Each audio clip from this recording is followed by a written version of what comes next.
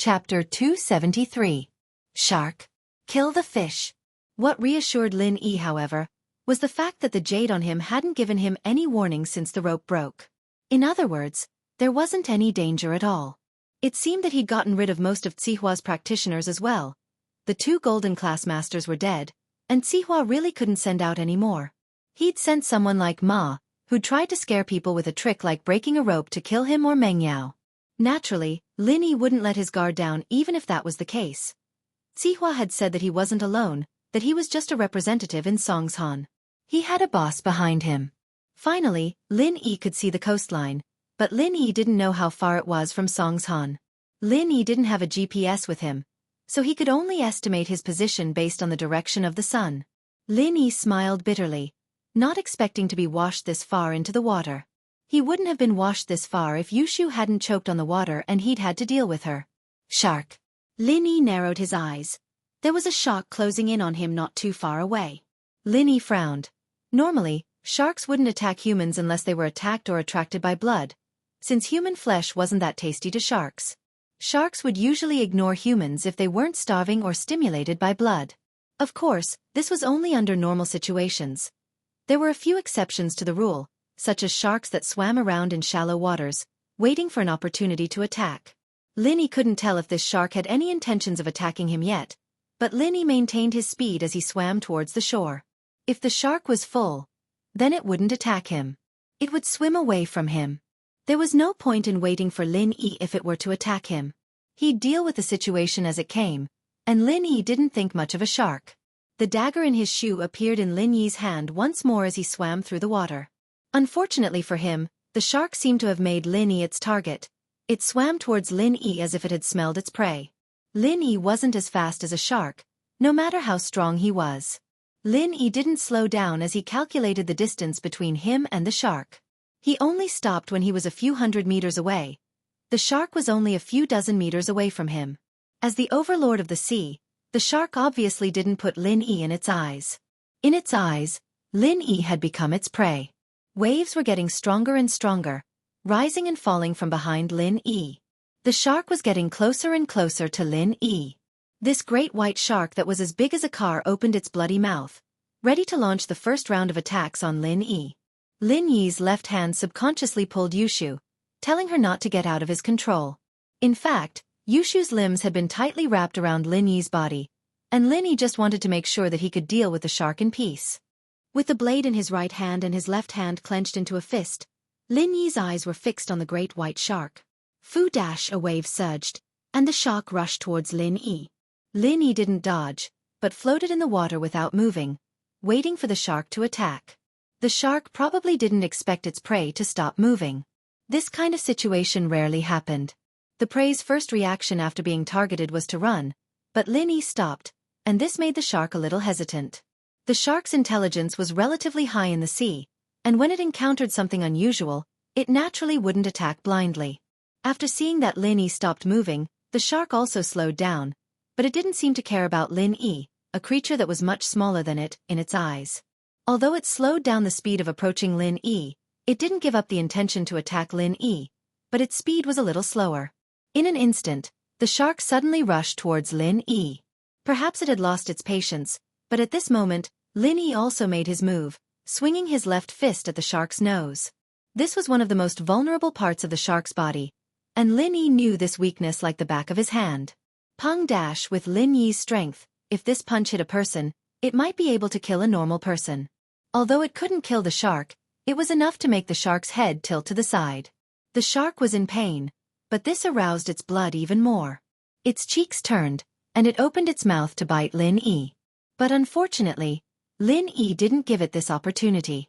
He inserted a knife into the shark's gills, cut up and down a few times inside, and then quickly swam to the side.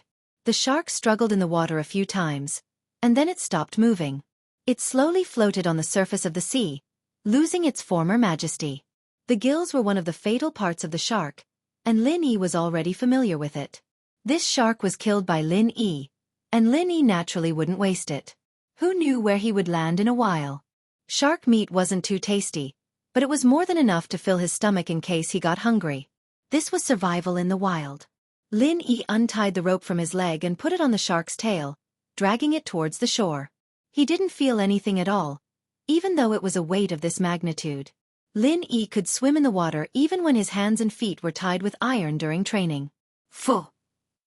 Lin Yi climbed up the shore and threw the shark to the side. His priority was to wake Yushu up first. But Lin Yi hesitated about saving Yushu. According to the standard rescue procedure, he needed to do CPR right now, but this seemed to be taking advantage of Yushu. After all, Lin Yi didn't need CPR when saving people. But Lin Yi couldn't resist Yushu's seduction. Lin Yi had quite a good impression of Yushu, at least a little more than Meng Yao. The girl was cute, and it was easy to like her. But taking advantage of Yushu while she was unconscious, Lin Yi couldn't bring himself to do it.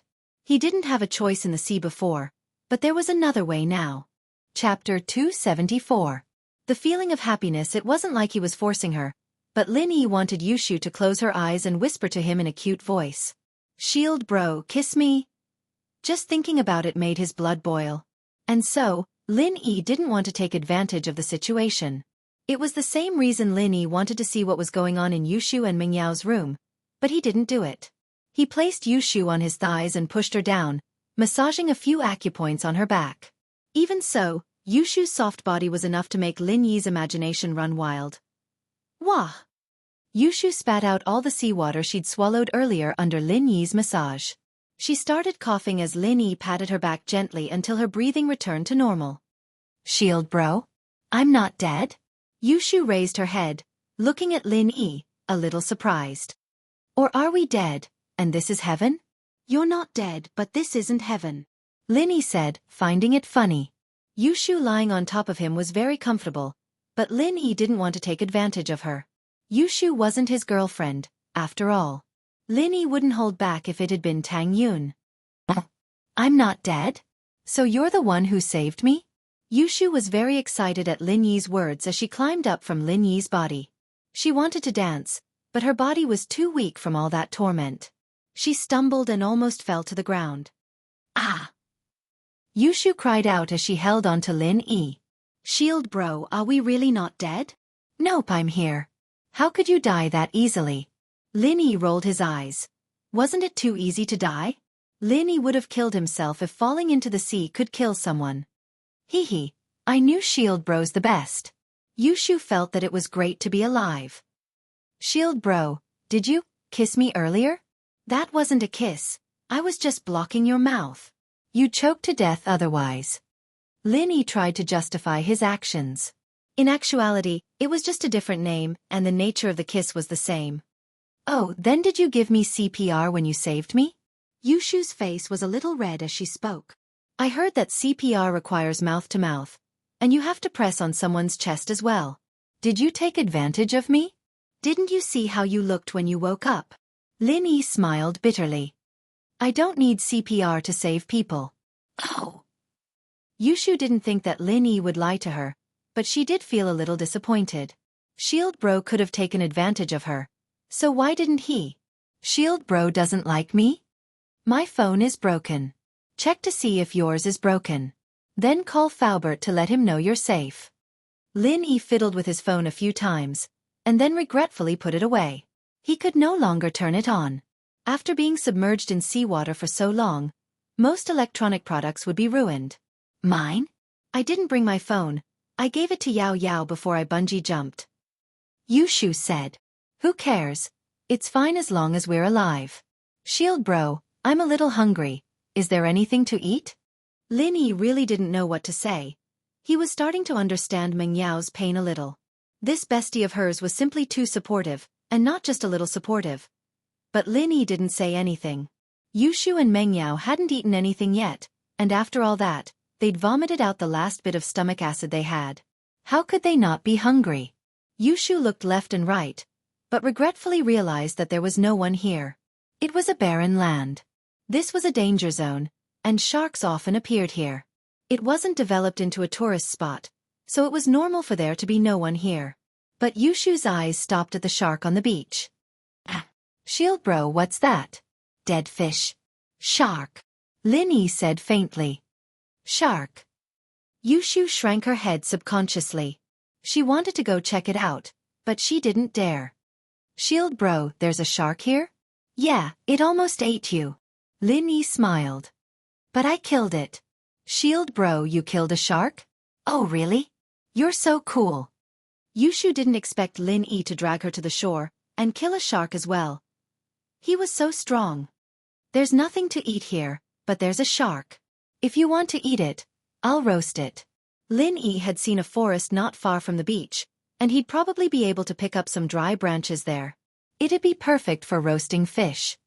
Shark? Sure, Shield bro, I've never eaten shark before. Yushu was very excited at the thought. What does shark meat taste like? Is it good? Honestly, it's not that good. Lin Yi had eaten shark before, and he didn't think it was very tasty. Otherwise, people wouldn't just cut off the fins and throw the meat back into the sea. I see. It's fine, I'm not picky. I can eat anything.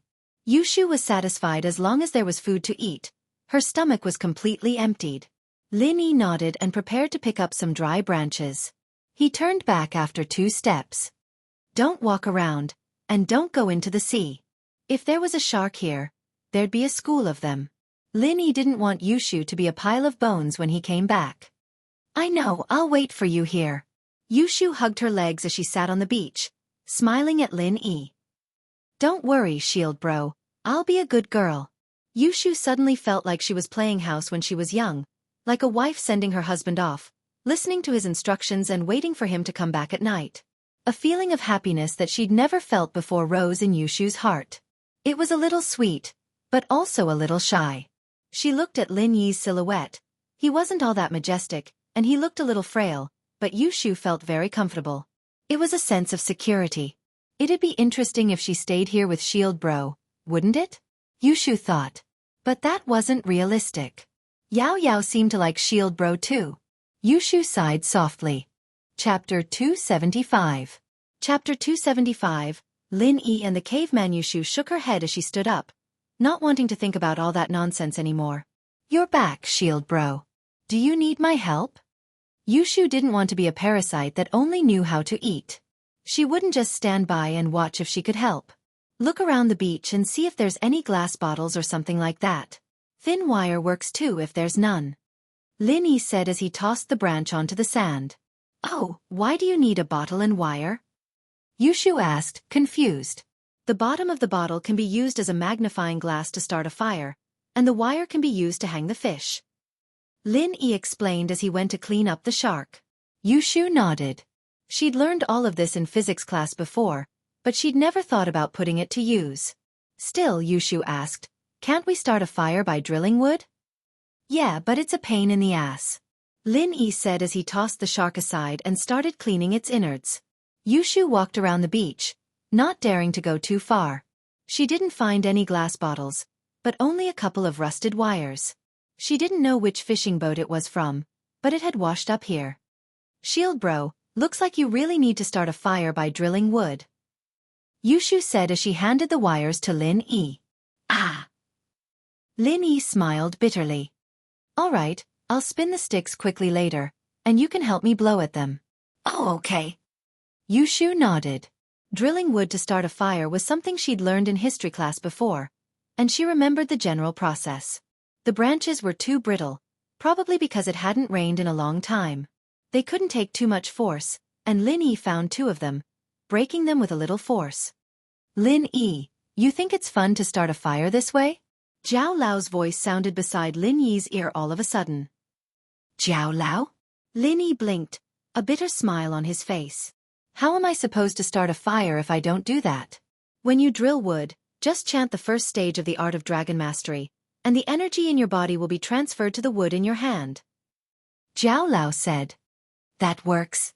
Lin Yi was a little taken aback, not expecting that energy in his body could do something like that. I've already told you. As long as you're in contact with something that needs energy, you'll transfer the energy from your body to it. Elder Jiao explained. I know that, but what I'm trying to say is, you can do that? Lin Yi was still in disbelief. Don't you know about the law of conservation of energy? Energy can change from one form to another, and the energy in your body is omnipotent and pure. It can be changed into the energy of anything in the world. Zhao Lao said with disdain. Lin Yi was speechless at Lin Yi's ignorance. Ha! Lin Yi didn't expect the energy in his body to be so useful. Can I use it to replace gasoline when the car runs out of gas? Nope. Zhao Lao poured a bucket of cold water on Lin Yi's head. The energy in your body can indeed be changed into the kinetic energy of the engine, but it can't be changed into gasoline. If you have the ability to connect your hand to the engine while the car is moving, you might be able to do that. Ag! Lin Yi was speechless. It seemed like he was thinking too much. Still, the information Lin Yi had was enough to make him happy. According to what Zhao Lao said, Lin Yi channeled the art of dragon mastery and transferred the energy in his body to the wood through his hands. Pho! The branch in Lin Yi's hand caught fire all of a sudden, scaring Yushu, who was blowing at it. She almost burned her hair. Ah, that scared the hell out of me. Yushu quickly dodged to the side, patting her chest. Shield bro, that scared the hell out of me. How did the fire start all of a sudden? There's no warning at all. What kind of warning could there be? Lin Yi himself was shocked as well. This fast? In fact, it was this fast. I've read in the history books that primitive people used to drill wood to start a fire. They'd smoke first, and then the fire would start slowly. I didn't know it was this fast. Yushu wiped the cold sweat off her forehead. But maybe it's because you're too strong, Shield bro. You're even stronger than the primitive people. Lin Yi wanted to ask. Was that a compliment? This comparison really left one speechless. You add firewood. I'll go get the shark. Lin Yi left things here to Yushu and walked over to the shark. He used a knife to cut the shark meat into small pieces and soaked them in the seawater. The goal was to wash off the mud and sand, and let the seawater seep in as well. That way, the meat would have some flavor to it, and wouldn't be completely tasteless. After washing it, Lin Yi threaded the meat through the wire Yushu brought back and walked back to Yushu's side. Shield bro, what are we doing now? I'm done. Lin Yi handed the skewer of fish to Yushu. Hold it for me for a while. Lin Yi found two of the longest twigs in the pile behind him and stuck them into the sand next to the fire, hanging the skewer in Yushu's hands.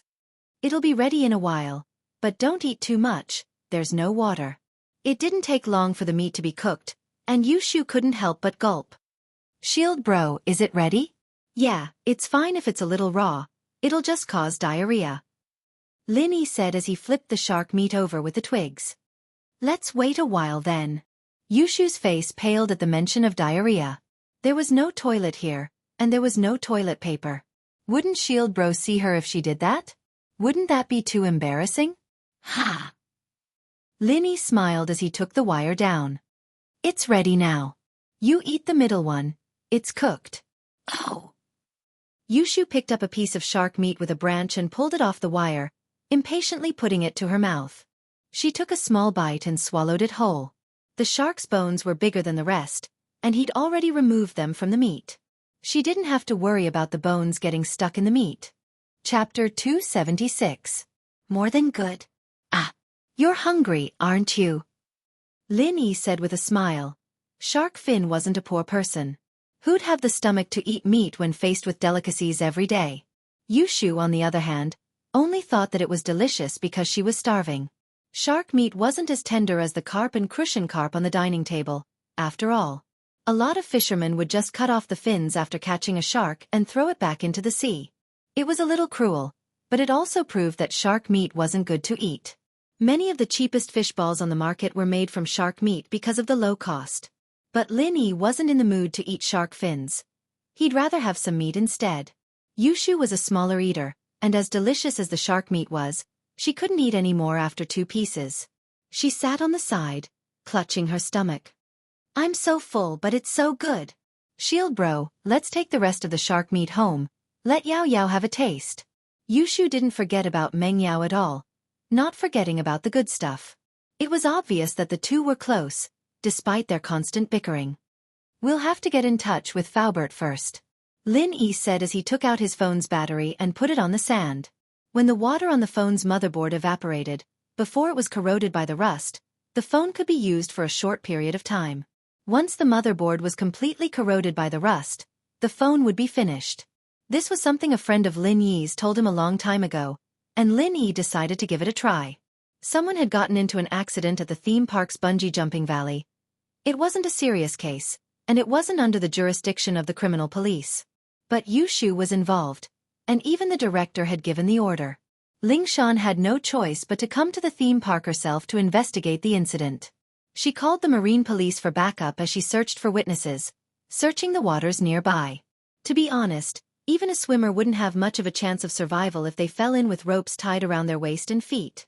How were they supposed to swim when their entire body was tied up? Ling Shan paused when she heard that Lin Yi was there as well. That man was there too? Ling Shan didn't have a very good impression of him, but the man did help her out twice. Once with the bank robbers, and once with Heibao. Both times were huge contributions, and since Lin Yi didn't want them, the credit naturally went to Ling Shan. It gave Ling Shan an indescribably weird feeling towards Lin Yi. She wasn't really grateful, but she didn't want anything to happen to Lin Yi. Captain Song. The coast police replied that there's no one within a kilometer radius.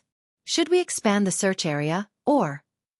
The one speaking was the captain of the first squad, Lu Wangli. Ling Shan was the one who'd brought them here today. I'll ask for instructions.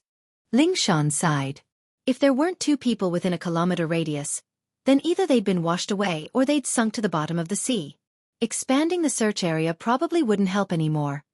It'd be pointless if they kept searching. Director Chen's phone was busy, and it seemed like he was under a lot of pressure as well. The person who'd fallen in was Yu Shu, House Chen's precious granddaughter. One could only imagine the consequences if she were to die like this. Ling Shan dialed Huaijuan's number. Huaijuan had been promoted to the vice director position, and was in charge of the criminal and economic teams. Other than Director Chen, Huaijuan was Ling Shan's direct superior. What's wrong, Song? What's up? I'm having a meeting in the province. Huaijuan said after getting the call. HM? You're not at the police station? Ling Shan blinked, not expecting Huaijuan to be absent today. You still don't know about the theme park? What happened at the theme park? Huaijuan really didn't know what happened at the theme park. His phone was turned off during the meeting, and now that he was taking a break from the meeting, he turned it on to see if there were any urgent messages from his subordinates. Ling Shan called him not long after. Yu Shu and your friend Lin Yi were bungee jumping when the rope snapped, and the two fell into the sea. Ling Shan reported. I've contacted the marine police to help search a kilometer out, but they didn't find the two. The marine police asked if we should expand the search area, but I personally think that the two were tied together and fell into the sea. Even if they know how to swim, they're probably dead. The odds are against him. Huaijuan repeated the 4 words oddly, not knowing what to say. He found it hilarious and didn't know what to say. Huaijuan's heart skipped a beat when he heard Yushu's name. It wouldn't be a small matter if something happened to Yutian's sister. But when he heard that Yushu fell into the sea with Lin Yi, he calmed down. Even he wouldn't die in a situation like this, much less Lin Yi. With Lin Yi there, Yushu would be safe for sure. Ling Shan, on the other hand, was thinking too much. Yes, if we can't find them within a kilometer, then they're either washed away by the waves, or they've sunk to the bottom of the sea. Ling Shan said. No matter which one it is, there's no hope of survival. Song, you can call the marine police back. Huaijuan said. You're saying that we're giving up on the search? Ling Shan was thinking the same thing, but this was related to Yushu, and it was quite a headache for her. She didn't have a good impression of Yushu's brother, but work and life were two different things. Give up? Who said we're giving up? Huaijuan smiled. But Captain Yang, didn't you tell the marine police to call them back? Ling Shan blinked. Calling them back doesn't mean we're giving up on the search. Huaijuan said. I didn't tell you to call them back. But we. Ling Shan didn't understand. How are we supposed to search if the marine police can't find them? Who told you to search in the sea? Get your people to look for a speedboat and search along the coastline. Maybe you'll find them. Huaijuan said as he pointed out a shortcut. Chapter 277. Still alive, you'll see. Huaijuan said with a smile. All right, Song, I'm going to a meeting now, so my phone's off. I'll call you later. Oh, okay. Ling Shan didn't know what Huaijuan was talking about, but since he'd said so, she'd do as he said. She told the marine police to retreat, and borrowed a speedboat from Wang Li's men to start searching along the coastline. "Captain Song, we're searching here. The body shouldn't be floating here that fast, right?" Wang Li didn't understand. "It's Captain Yang's orders. Just keep your eyes open." Ling Shan didn't explain much, since she didn't quite understand what Huaijuan was suggesting. But Ling Shan respected Huaijuan the most in the police department. She'd follow his orders to the letter. Wang Li shut his mouth immediately upon hearing that it was the orders of the old captain, and the current vice director Yang. He, like Ling Shan, admired Huaijuan from the bottom of his heart. There had to be a reason why Huaijuan wanted them to do this. Yushu sat on the beach, playing with the sand. She made a bunker out of the sand and dug a trap, having the time of her life. Lin Yi smiled as he looked at the playful Yushu. Only Yushu would be in the mood to play with sand at a time like this. Lin Yi picked it up after looking at the phone on the beach, plugged in the battery, and turned it on. As expected, the phone turned on. It seemed that his friend had a point after all. Lin Yi dialed Huaijuan's number, but the phone was turned off. After some hesitation, Lin Yi dialed Ling Shan's number. Her phone rang, and Ling Shan took it out. She thought it was Director Chen, but her eyes widened when she saw the name on the screen. What the hell? The caller ID on the phone was actually Lin Yi's name. Didn't he drown? Wang Li was a little surprised. He didn't know why Ling Shan wasn't picking up the call. "Captain Song, what's wrong?"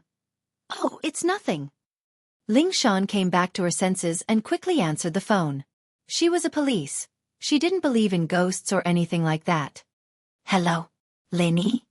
Lin Yi waited impatiently for a long time, cursing the tigress in his heart for not picking up his phone. Who knew how long his phone would last? "Ling Shan, get someone to look into my phone signal and tell Faubert to come get me. I won't say anything else. I'll talk about it when I get back." Lin Yi said and hung up the phone. Lin Yi didn't know that Ling Shan was searching for him as well. He thought that she would ask him all sorts of questions, but Lin Yi didn't even dare use his phone right now. Who knew if it would shut down if he talked too much? Lin Yi had a GPS app in his phone, but Lin Yi couldn't guarantee that his phone wouldn't crash after he pulled it out. Who knew what would happen to a phone that had been soaked in water? "He's not dead." Ling Shan looked at her phone in disbelief. But Lin Yi did call, and he even asked her to look into his location. Ling Shan was now sure that Lin Yi was out of danger, but she didn't know where he was. "What do you mean not dead?" Wang Li was a little puzzled. What was the captain talking about? "Lu Wang Li, call the tech department. Tell them to look into 152XXXX1234's location and report back to me." Ling Shan said. "Yes." Lu Wang Li didn't get a reply from Ling Shan, but that wasn't important. Since Ling Shan had given him an order, naturally, he wouldn't dare delay and carry it out immediately. Soon, the coordinates of Lin Yi's phone were sent back to Ling Shan, and she keyed in the coordinates into the GPS. She was surprised to find that Lin Yi was on a coastline 2 kilometers behind her. Lin Yi really was on the coastline, and Huaijuan was right. Ling Shan finally understood what Huaijuan was saying. Huaijuan was sure that Lin Yi wouldn't die, and that he would definitely swim to the coast. Ling Shan frowned. It seemed like this Lin Yi kid did have some ability. Ling Shan wasn't happy about it, but she had to admit it. Lin Yi seemed to be stronger than her. Just a little. Of course, Ling Shan wasn't going to lose in terms of skills. After getting Lin Yi's coordinates, Ling Shan called Lin Yi back impatiently, wanting to make sure that Yushu was fine. Lin Yi's phone rang twice, however, and was mysteriously hung up. Ling Shan tried calling again, only to hear that the phone had been turned off. Ling Shan was a little annoyed and helpless. Why didn't he pick up? However, she also knew that Lin Yi's phone might have run out of battery, or else he wouldn't have called her in such a hurry. He'd hung up after giving her a vague explanation. He was out of danger now, and he should have time to talk. Ling Shan was pretty much right, but it wasn't that the phone was out of battery, but that it was completely broken. Lin Yi was just about to pick up when he realized that the phone was dead, and he couldn't turn it off even if he wanted to turn it off. He could only remove the battery, but it couldn't be turned back on. He didn't know if that tigress Ling Shan had gone to look for his location. Lin Yi shook his head with a bitter smile, hoping that tigress had some brains. The reason why Lin Yi didn't call Faubert and chose to call Huaijuan and Ling Shan first was because he was afraid that his phone wouldn't last long. If he called Faubert, Faubert would have to contact the police to lock the phone signal. Lin Yi wasn't sure if his phone would last that long, so he decided to call Ling Shan instead. When Lin Yi saw a motorboat coming their way, Lin Yi knew that Ling Shan wasn't that bad after all. "Shoo, someone's here to pick us up. We can go home now." Lin Yi called out to Yushu, who was playing with the sand. In fact, Lin Yi wasn't worried at all. Even if his phone was broken, it would only be a matter of time before they were found. Huai Juan would be able to tell that he wasn't dead when he found out that he fell into the sea with Yushu. "Oh, shield bro, it wasn't easy for me to build a castle out of sand," Yushu said, a little reluctant. I'll use someone else's phone to take a picture for you," Lin Yi said with a smile. Chapter 278. Shield Bro's mighty Ling Shan had wanted to say a few words of consolation. She wasn't on good terms with Yushu's brother, but that was a personal thing. She couldn't mix it with work. Yushu was a victim, after all, and it made sense to comfort her after being rescued by the police. Ling Shan swallowed the words she was about to say when she saw the castles piled up on the beach. She didn't need any consolation after having so much fun. What Yushu said next, however, made her even more speechless. "Ling Shan sis, you're so fast. I haven't even finished building my castle yet," Yushu said as she walked over reluctantly as she looked at her masterpiece. Ling Shan wanted to yell at her, but she held it in. She knew that Yushu was doing this on purpose just by looking at those little eyes of hers. This girl had never liked her since she was young. Wasn't it because she'd rejected her brother's advances? Couldn't she just reject him if she didn't like him? Ling Shan felt a headache coming on. Little girls were really hard to read. She didn't have to look for her brother for a boyfriend, did she? Plus, it was a fact that she couldn't beat her in a fight, so why would she look for a guy weaker than her? Was she supposed to protect him, or was he supposed to protect her in the future? "Give me your phone." Ling Shan was just getting annoyed when Lin Yi asked for her phone. What for?" Ling Shan paused, but still handed the phone over to Lin Yi. She'd tried calling him earlier, but his phone was turned off. She subconsciously assumed that his phone was out of battery, and she was borrowing it to make a call. But he didn't make a call after taking the phone. Instead, he turned on the camera function and started taking pictures of Yushu's sand castle. Left, right, all angles, he didn't miss anything. "Wow, Shield Bro, you're so nice. I can keep this as a souvenir," Yushu said excitedly as she ran over to the castle. "Shield Bro, take a picture with us." Why are you taking pictures of this?" Ling Shan wasn't expecting Lin Yi to use her phone for something like this. She was furious. "Lin Yi, do you have nothing better to do? Send the pictures to me when you get back, or send it to my mailbox." Lin Yi didn't answer her question as he handed the phone back to her. "No time." Ling Shan was about to explode. Taking pictures of Yushu with her phone was one thing, but taking pictures of a bunch of castles? If she cooperated with him and sent the photo over, what would happen to her? Ling Shan had always had a strong image in the courtyard, acting like a proud princess no matter who she was facing. Yushu never got along with her because of Yutian, so why would Ling Shan send her a photo? If he did, where would his face be? "No time, right? All right, next time you come looking for me, you'll have to think about whether or not I have the time." Lin Yi shrugged nonchalantly, turning around to leave. Ling Shan gritted her teeth and stomped her feet on the sand, spitting out 2 words. "I'll be rich." Ha! Lin Yi smiled. He knew this tigress would give in. Yushu, on the other hand, had her eyes wide open as she looked at Lin Yi and Ling Shan in disbelief.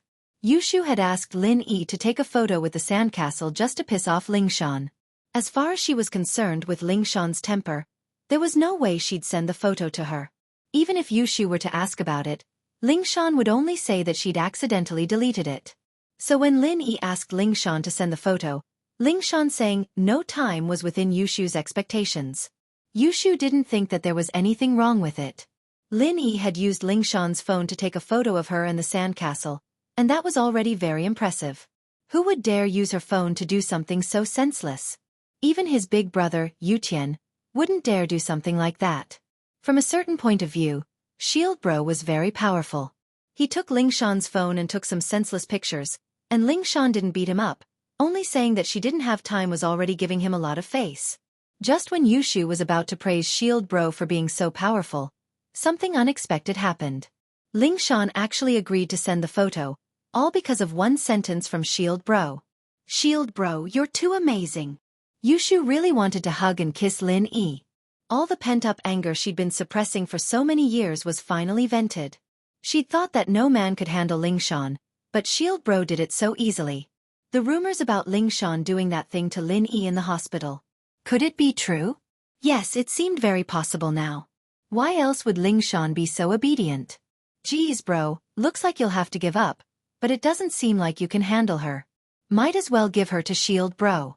Yes, if Uncle Chu really is looking for a son-in-law, then Yao Yao will be Shield Bro's main wife, and I'll be Shield Bro's second wife, and Lingshan can only be a maid. Lingshan was so angry that she almost turned into a frog.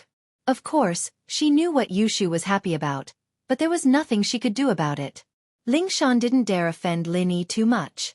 She couldn't guarantee that she wouldn't ask him for help if she had any problems in the future. Thinking about it, she could only endure it. Hey Tigress, come help move the shark. Lin Yi said casually. Tigress? Tigress?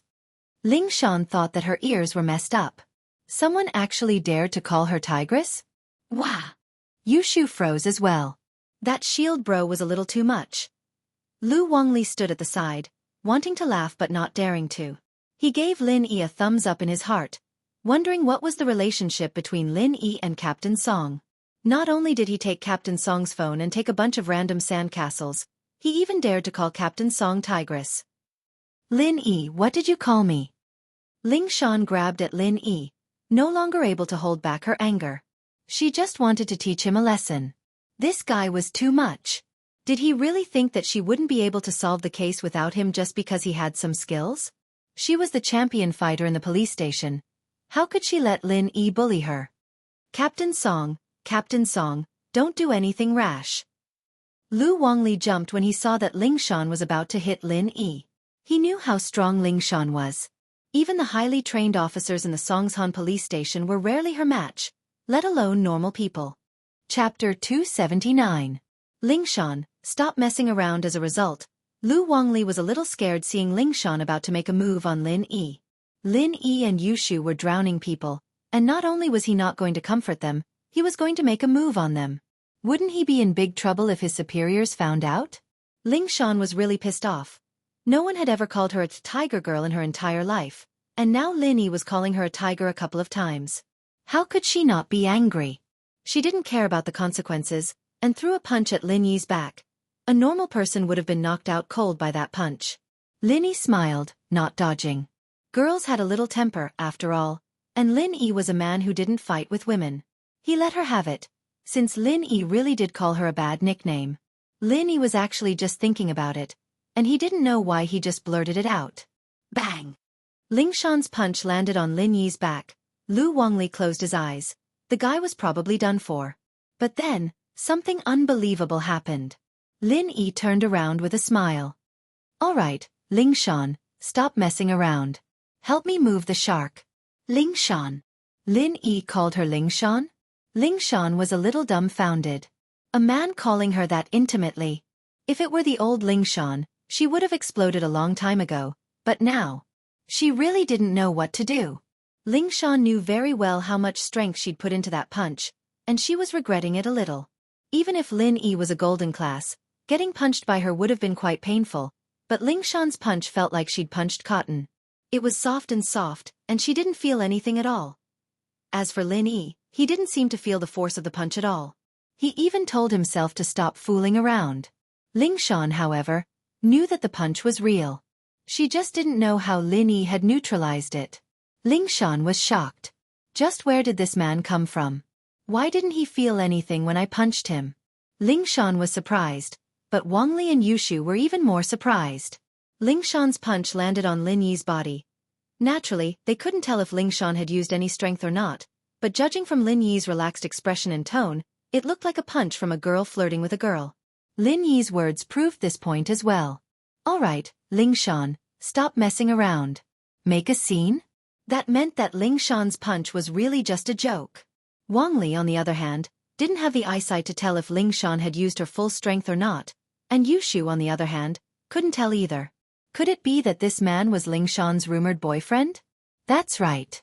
Wang Li suddenly remembered that the man Ling Shan was rumored to be with at the hospital. Wasn't his name Lin Yi? Wang Li couldn't help but admire Lin Yi once more. Ling Shan may be the prettiest girl in the police force, but she was also a violent Tyrannosaurus Rex. How many men could handle a woman like that? What if she got heavily injured during a fight? Lin Yi was actually just joking around with Ling Shan. He didn't think too much about it, but looking at Wang Li and Yushu's expressions, he knew that they were thinking too much. Ling Shan watched as Lin Yi carried the shark onto the motorboat, and as reluctant as she was, she didn't say anything. She'd suffered a few times at Lin Yi's hands, and she'd learned her lesson. She couldn't piss him off, but she could hide from him. That punch made Ling Shan take Lin Yi seriously. It seemed like it wasn't a coincidence that he'd caught Hei Bao. Shield bro, are you and Ling Shan really together? Yushu asked curiously as she followed Lin Yi onto the motorboat. No. Lin Yi didn't lie to Yushu. There was no need for something like that. Shield bro, are you for real? There's really nothing going on between you two? Yushu was a little disappointed. She'd gotten to know Lin Yi already. Lin Yi was the type of person who would admit to what he'd done. If he really had that kind of relationship with Ling Shan, there was no way he wouldn't admit it. It was just like that time in the school field, when he'd pulled Tang Yun and slapped Zhou Ruoming in the face, declaring that Tang Yun was his woman. There really isn't. Lin Yi said. What else do you want from us? Man, there's some things you don't know. My brother's been chasing her for a couple of years, but she's acting all high and mighty, ignoring my brother, even insulting him, saying that my brother can't even beat her, that he's not a man. Yushu said, a little angry. I thought you'd taken care of that fox, Shield bro, and showed her what it means to be strong. Lin Yi's eyes went wide as he looked at Yushu, speechless. Since when did she become a fox? She was in the hospital. Not with you. Yushu was usually a good talker, but she couldn't help but feel a little embarrassed talking about this. Actually, it's not what you think. Lin Yi smiled bitterly. I had an injury on my leg that day, and she just wanted to punish me a little, so she went to press on my wound. I see. Yushu nodded understandingly. It seemed like she'd misunderstood Ling Shan, thinking that the girl was getting horny after all. But it was a fact that she was afraid of Shield bro. Yes, she wasn't Shield bro's woman, but Shield bro had the potential to conquer her. Not bad, at least she'd gotten her revenge. Yushu comforted herself. Ling Shan heard Lin Yi and Yushu's mumbling in the back. Fortunately, Lu Wangli was driving the boat, and she was the only one close to them. It'd be so embarrassing if someone else heard it. Ling Shan really wanted to strangle the girl when she heard Yushu call her a fox. How did she become a fox? She'd never had a scandal before. Okay. Wait. No. Yushu's next sentence was about her scandal, wasn't it? News of her and Lin Yi at the hospital had spread all over the station, and her colleagues had been looking at her weirdly for the past few days. Ling Shan, of course, knew what they were thinking. They'd all think that a violent girl like her would do something like that for a man? What a fantasy. She was just about to turn around and explain to Lin Yi before he ruined her reputation when Lin Yi told Yushu everything about their relationship. Ling Shan wasn't expecting this at all. This guy was actually quite honorable. He didn't use this opportunity to slander her. Ling Shan didn't know what to say about Yushu's childish thoughts. She rejected her brother, and this was how she got back at her? Chapter 280. Friends. Meng Yao wasn't as worried as before after listening to Faubert's explanation and her father's comforting words, but it would be a lie to say that she wasn't nervous at all. Meng Yao had been restless ever since she got home. After all, Yushu was her bestie from a young age. Her bestie. How could she not be worried? And that Lin Yi too. She didn't know if he was in any danger. She didn't like him, but she didn't want anything to happen to him. Meng Yao didn't know why, but perhaps Lin Yi was her employee, and she didn't want anything to happen to him. It didn't take long for Lin Yi and Yushu to return safely, driven by Lu Wangli. Ling Shan handed the task of escorting Lin Yi and Yushu to Lu Wangli as soon as she got back to the police station. She avoided Lin Yi as much as possible.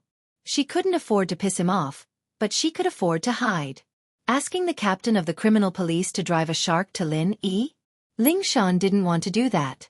Lu Wangli, on the other hand, borrowed a van from the traffic police and sent Lin Yi and Yushu back to the villa with the shark. In truth, Lu Wangli quite admired Lin Yi. He was no ordinary person after all, being able to pursue the female Tyrannosaurus of the police force. Shu, you're okay? That's great. Meng Yao was very excited to see Yushu's safe return. She opened her arms and hugged Yushu. Yao Yao, I'm fine.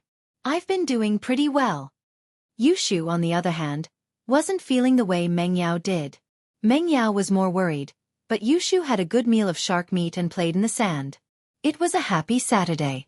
Lin Yi, on the other hand, shook his head at the two girls hugging each other. Did they really have to be like this?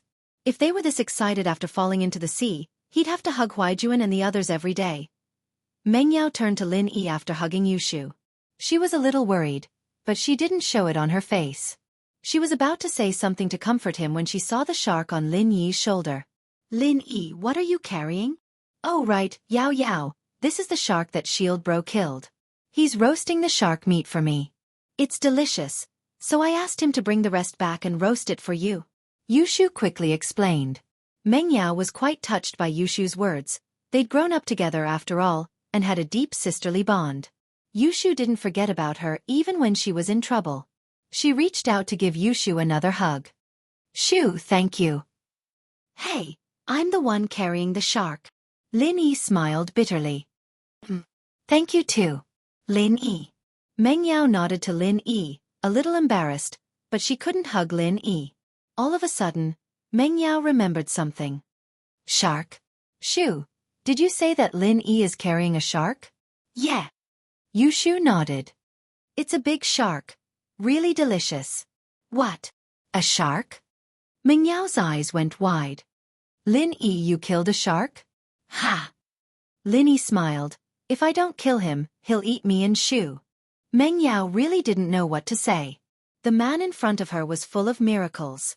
Was this the reason he killed the shark? So many people had been eaten by sharks. Why didn't they go and kill the sharks? Lin Yi said it casually, but Meng Yao could imagine how dangerous the situation was. In actuality, Meng Yao had guessed wrongly this time. Lin Yi had killed the shark with ease. Thank you for protecting Shu, Meng Yao nodded to Lin Yi. Since Lin Yi said so, Meng Yao didn't say anything else. She's my friend. You don't have to thank me. Lin Yi shook his head. Meng Yao's heart suddenly felt empty after hearing Lin Yi's words. Lin Yi protected her because she was his employer. Meng Yao wanted to thank Lin Yi for protecting Yushu because Lin Yi's job was only to protect her, not Yushu. However, Lin Yi's simple words made it clear that he wasn't protecting Yushu because of his relationship with her, but because they were friends. He and Yushu were friends, but she... Meng Yao felt a little down at the thought. What about me? I wouldn't have saved Jianghu today if it wasn't for you. I hate that guy. Lin Yi smiled. He didn't expect Meng Yao to be so considerate. Meng Yao remembered that when she begged Lin Yi today, Lin Yi wasn't too willing. But she said it was a personal request, and Lin Yi helped. Yes, personal request. Naturally they were friends. Unconsciously, Meng Yao started to care about this man she hated so much. In the villa, Meng Yao held Yushu's hand as they sat on the sofa, chatting. She had wanted to comfort Yushu, thinking that Yushu must have been pretty scared after falling into the sea, but Meng Yao had miscalculated. Yushu wasn't scared at all. Instead, she started telling her how to build a sandcastle on the beach, how to start a fire with wood, how to roast shark meat. It was no different from a vacation in the wild. Meng Yao was envious. She even wondered why she wasn't the one who fell into the sea. If she knew that Lin Yi was this capable, she wouldn't have been afraid of anything. She'd just jump with him, and she'd be able to eat and drink. Man, but Yao Yao, I have some bad news to tell you. Yushu suddenly remembered Lingshan's situation. Bad news? What bad news? Meng Yao was immersed in Yushu's picturesque scene. She was playing with the sand on the beach under the sun, and the smell of roast shark meat wafted from the fire. What a relaxing picnic. Lingshan isn't Shield Bro's woman. Shield Bro has nothing to do with her. Yushu was a little disappointed. I wanted her to be a servant girl and step on her a little, but she still. Not Lin Yi's woman? If she isn't, then she isn't. But, what does that have to do with being a servant girl? Meng Yao was thinking that it wasn't good news. How could this be bad news? The most annoying thing was that he was messing around outside. Chapter 281. Chapter 281. The Fish's Belly Dam. Meng Yao looked at Yushu oddly. You like Shield Bro, so you like him. Why do you have to drag me into it? Meng Yao finally understood what was going on with this big girl. But why did her best friend always drag her into it? Not at all, Yao Yao. Didn't we agree that I'd marry whoever you marry, that we'd never be apart? Yushu said with a straight face. Oh, then what if I don't marry Lin Yi, and I marry Zhong Pingliang? Would you marry him too? Meng Yao said as she looked at Yushu. She knew her best friend, didn't she? They'd grown up together, eating and living together every day. Who wouldn't know each other? Ugh. Yushu froze, not expecting a question like that from Meng Yao. She blushed, not knowing what to say. Why aren't you talking? Meng Yao glared at Yushu. Do you not want to be apart from me, or do you want to marry Lin Yi? Yao Yao. Yushu started swinging Meng Yao's arm. Of course I don't want to be apart from you. Humph. Meng Yao humphed as she looked at Yushu. Yushu blushed, feeling a little guilty. All right. You should at least marry someone you like. That Zhong Pingliang's too annoying. Tell me the truth. So you like Lin Yi? Meng Yao asked. Nah, I just think he's okay. I don't hate him. Yushu explained. Little liar. Meng Yao poked Yushu's forehead. Don't worry, I won't marry him. You can marry him yourself if you want. Oh. Yushu didn't really care. She felt that Yao Yao never meant what she said. Lin Yi was cleaning up the shark in the kitchen. Shark meat wasn't very tasty, and Meng Yao would probably think it was just pho after tasting it. But since she'd already gotten it back, Meng Yao wouldn't give up until she tried it. He'd only cleaned up a bit on the beach, slicing off a few pieces of meat from the shark's tail. It was enough for him and Yushu. Now that he had thrown the shark from the middle, Lin Yi could only sigh at how huge the shark was. Clang! A crisp metallic sound rang out. The saber in Lin Yi's hand seemed to have touched metal. Lin Yi was startled. Was there something else in the shark's stomach? It had long been said that when someone salvaged a shark, they would take out rings and other jewelry from the shark's belly. Many of them were eaten together with the shark when it was eating people. However, the rings could not be digested, so they remained in the fish's belly. Could it be that he had also won a prize? Lin Yi quickly threw the shark away and took out the foreign object in the shark's belly. But it was obvious that it was not a ring, nor was it some jewelry. This was because the size of the foreign object was very big. Not only was it very big, but it was shockingly big. When Lin Yi took it out, he couldn't help but be shocked. It was a small device that looked like something that controlled a motor, and there was a big airbag behind it. It seemed to be a remote control device similar to a balancer, but it was covered in rust. From the degree of corrosion, it should have been there for a long time. This was a shark that had been trained and modified by someone. If Lin Yi's guess was right, this balancer-like device should be able to control the direction and speed of the shark, and the airbag should be able to control the height of the shark in the water. No wonder he didn't feel much of a burden when he was swimming with Yushu and dragging a shark behind him. It turned out that it was more like dragging an inflatable raft. But who modified this shark? What was the purpose of this modification? It was obvious that this control device had lost its function. Otherwise, he wouldn't have met this shark. Lin Yi took out the control device and looked at it carefully. This wasn't a high-tech product. With the current technology, it wasn't difficult to make such a thing. The key question was, what was this shark used for? However, this matter had nothing to do with him, so Lin Yi didn't think too much about it. He was about to throw the control device aside when he suddenly found that there was a small door at the bottom of the control device that could be opened. Lin Yi pulled it, and the small door was locked. There was a keyhole on it, and it should be an ordinary key. Lin Yi found a toothpick in the kitchen and picked it back and forth a few times, and the small door opened.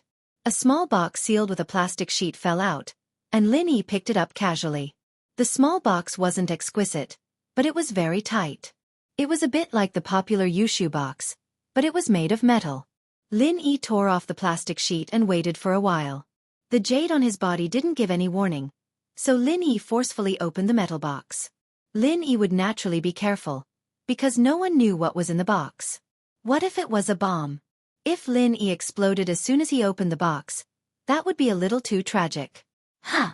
Lin Yi took out the thing in the box and was slightly surprised. The thing inside was a sheepskin. To be precise, it was a map made of sheepskin, but it wasn't a complete map, but a fragment. As for how much it was, Lin Yi couldn't deduce for the time being. And on the map, the text written was also a language that Lin Yi had never seen before. Lin Yi knew some of the languages of most countries in the world. Even if he didn't, Lin Yi could roughly recognize which language it belonged to. But the text on the map didn't belong to any of the languages in the world. Of course, it couldn't be ruled out that it was a small country or a small tribe that Lin Yi didn't know, or an ancient civilization that had been lost. Of course, Lin Yi's most inclined situation was that this was a secret code, or a password. Only those who knew the decryption rules could read the meaning on it.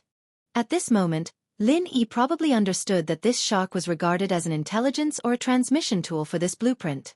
It was just that there was an accident on the way, and this shark lost control.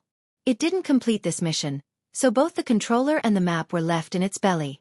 In the vast sea, it was probably difficult to find such a shark again. It was just that Lin Yi happened to encounter it.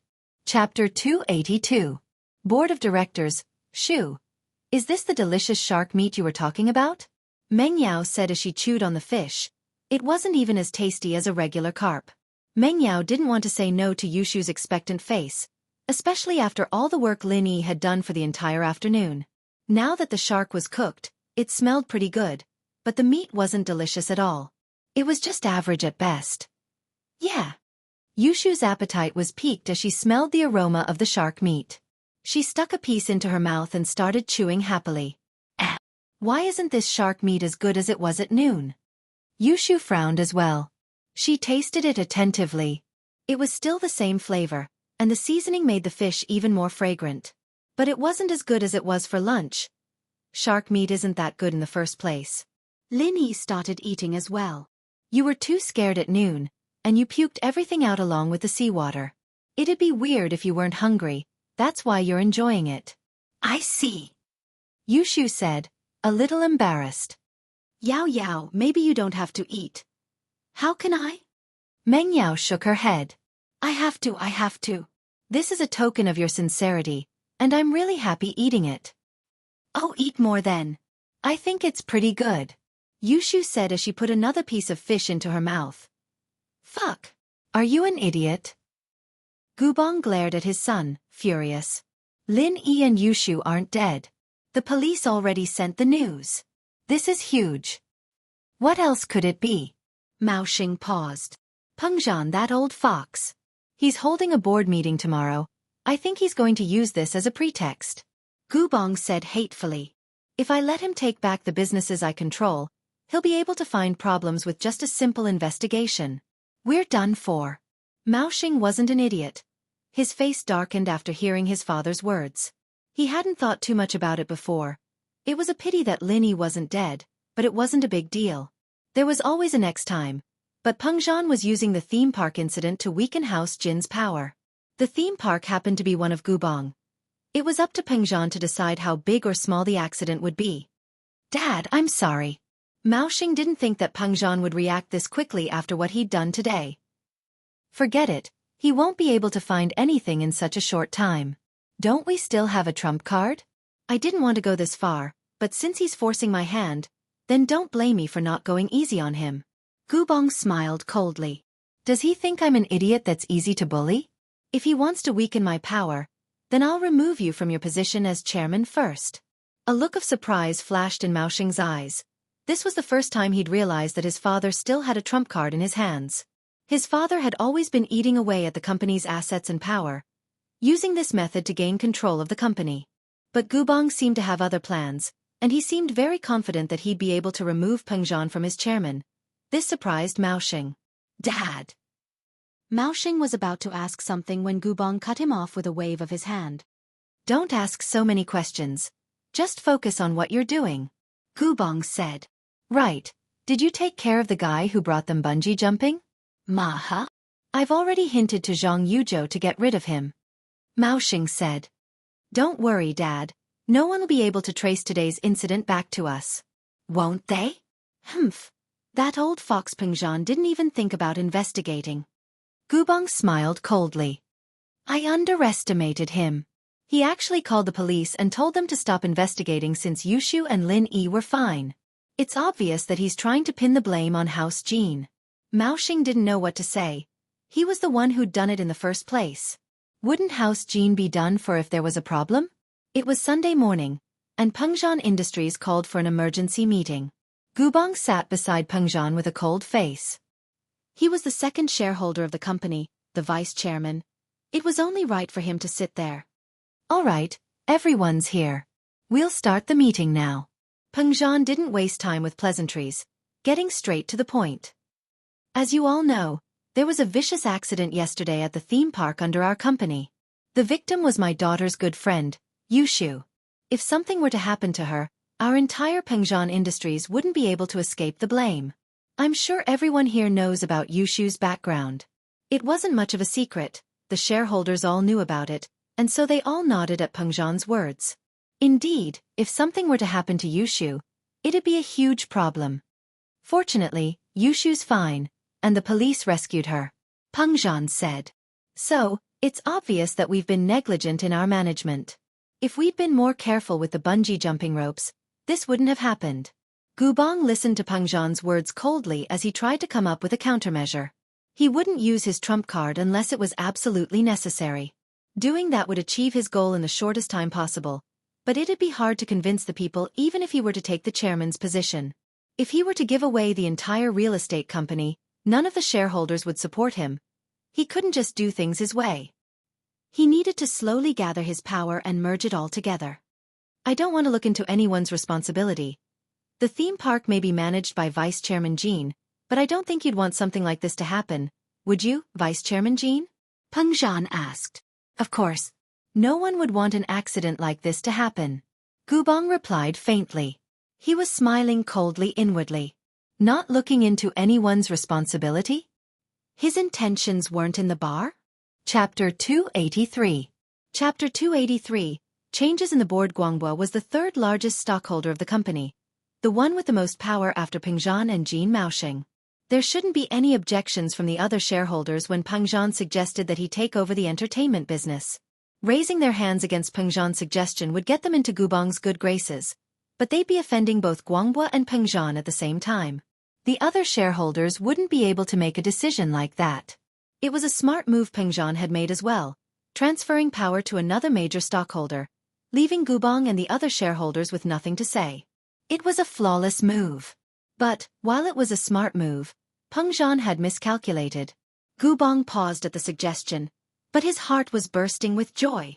Pengzhan, you old fox. You've been plotting to weaken my power all this time, but now? If you'd really forcefully taken back my power, the board would have approved it. After all, you're the chairman, and the other shareholders wouldn't be able to go against you. At most, you just leave a strong impression. But now, you're giving the entertainment business to Guanghua? Ha ha ha ha. Gubong almost laughed out loud. This Guanghua was the ultimate trump card of his side, the final trump card. In actuality, getting this trump card was a complete fluke. If Pengzhan had made his move a few days earlier, Gubong really wouldn't have been able to do anything about it. After all, he hadn't been friends with Guanghua back then. But now, Guanghua needed his help. Without his help, he wouldn't be able to have a son. Guanghua had a son abroad, spending his days in casinos and gambling. Not only did he owe a lot of money, but he'd also gotten into a drug habit, owing hundreds of millions of yuan to loan sharks. Guanghua was the third largest stockholder of the company, but he didn't have a lot of cash on hand. Most of his assets were stocks and real estate, and it was impossible for him to take out hundreds of millions of yuan to pay off his son's debt. But the money had to be returned. His son was abroad, under the control of a local gang. If he didn't get the money in a month, they'd break his son's arms and legs. Guanghua had no choice but to use his position as the supervisor of the company's finance department to embezzle a sum of money and return it when he had enough. Although he was in charge of the finance department, it was impossible to use such a large sum of money without the signature of the chairman or vice chairman. He didn't dare tell Pengzhan, so he could only place his hopes on Gubong. Naturally, he didn't dare say it out loud, either. He'd only mentioned it to Gubong in a roundabout way, not expecting the two to hit it off so well. Gubong didn't have any other requests. He only hoped that Guanghua would help him when he needed it. Guangbo knows this is what they call choosing sides. Normally, the three major shareholders of a company are relatively independent, and if any two shareholders are too close, it will be a threat to the other shareholders. However, Guangbo had no other choice. His son's life was more important than anything else.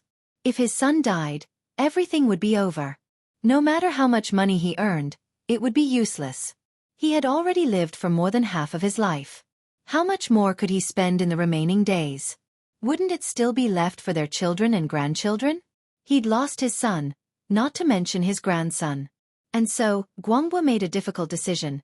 He'd completely side with Gubong. He knew very well what that meant. Gubong's request was a clear signal to Guangbo that he was ready to fight for power with Peng Zhan. Guangbo didn't expect that Peng Zhan would make things difficult for Gubong so soon, and that he'd be the one to benefit from it. Guangbo wouldn't have rejected something like this in the past, but he didn't dare accept it now. He'd already formed an alliance with Gubong. He had to consider Gubong's interests at all times. He raised his head to look at Gubong. Gubong was looking back at him, and he nodded subtly to show that he understood. Gubong's smile deepened as he continued Peng Zhan's words. Haha, Chairman Chu's words do make sense, but I won't say anything since this concerns me. Peng Zhan paused after listening to Gubong. He'd thought that Gubong would be the first to jump out and object, but he'd chosen to remain silent and give up. Then this attitude was a little ambiguous. Could it be that Gubong didn't have anything on the entertainment side, and wasn't afraid of Peng Zhan catching him? Peng Zhan frowned. Something must have gone wrong in the board meeting. But he couldn't figure out what the problem was, either. Since Gubong didn't object, the other board members naturally didn't object to Peng Zhan's suggestion. No one would want to offend Peng Zhan if you didn't object to it yourself. And so, without a doubt, the board of directors approved Peng Zhan's suggestion to lighten Gubong's burden. Haha, since there's no objection, then we'll leave the entertainment side of the company to Chairman Xie. Peng Zhan wasn't expecting the board meeting to go so well. It was a little odd, but weakening Gubong's power was still a good thing. Chairman Chu, as the person involved, shouldn't I make a suggestion? Guangbo spoke up faintly. Oh.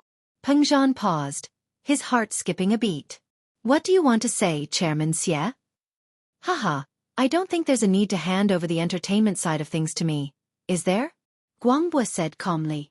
We can't completely deny Chairman Jin's achievements and abilities just because of a small incident. The entertainment side of the company still has tens of millions of profits under Chairman Jin's management. I can't say that I'm as good at management as Chairman Jin, so I don't recommend handing over the entertainment side of Chairman Jin's management to me. I'm sorry, Chairman, but my abilities are limited. I refuse. Peng Zhan's pupils shrunk as he stared at Guangbo. Since when did this guy get involved with Jin Gubong? Why were they on the same side? Guangbo was speaking up for Gubong? Chapter 284. I'm a freeloader. The only possibility was that Gubong and Guangbo had come to some sort of agreement in private, but Peng Zhan didn't know what it was. A bad feeling rose in his heart. Guangbo looked at Gubong smugly after he was done, only to find that Gubong's face was as black as a sheet. Yes, very, very dark. Gubong was about to explode from anger. He'd been very happy when Peng Zhan said that he'd be handing over his entertainment business to Guangbo, but now that Guangbo was rejecting it, Gubong couldn't help but curse him for being an idiot. Why did you reject it? Couldn't you just accept it? It's in your hands anyways. Why wouldn't I be at ease? We're in the same boat now. I'm not afraid of you betraying me. Would you be able to save your son if you did? But wouldn't Peng Zhan know about the relationship between the two of them if you rejected him like this? Gubong hadn't wanted to expose their relationship so prematurely, planning to give Peng Zhan a fatal blow when he least expected it. Now that their relationship had been exposed, the so-called surprise attack was no longer possible. Peng Zhan would definitely be on his guard, and he'd have to make use of this relationship. Gubong really wanted to curse at him. He'd finally gotten a trump card, and he didn't think he'd have to use it this soon. He didn't want to fall out with Peng Zhan just yet, because even if he did become chairman, as long as Peng Zhan was still around, he wouldn't be able to give away the real estate company on his own. Gubong glared at Guangbo hatefully, but there was nothing he could do at this point. No matter how hard he tried to deny it, anyone could tell that he had a relationship with Guangbo. There was no point in trying to explain anything.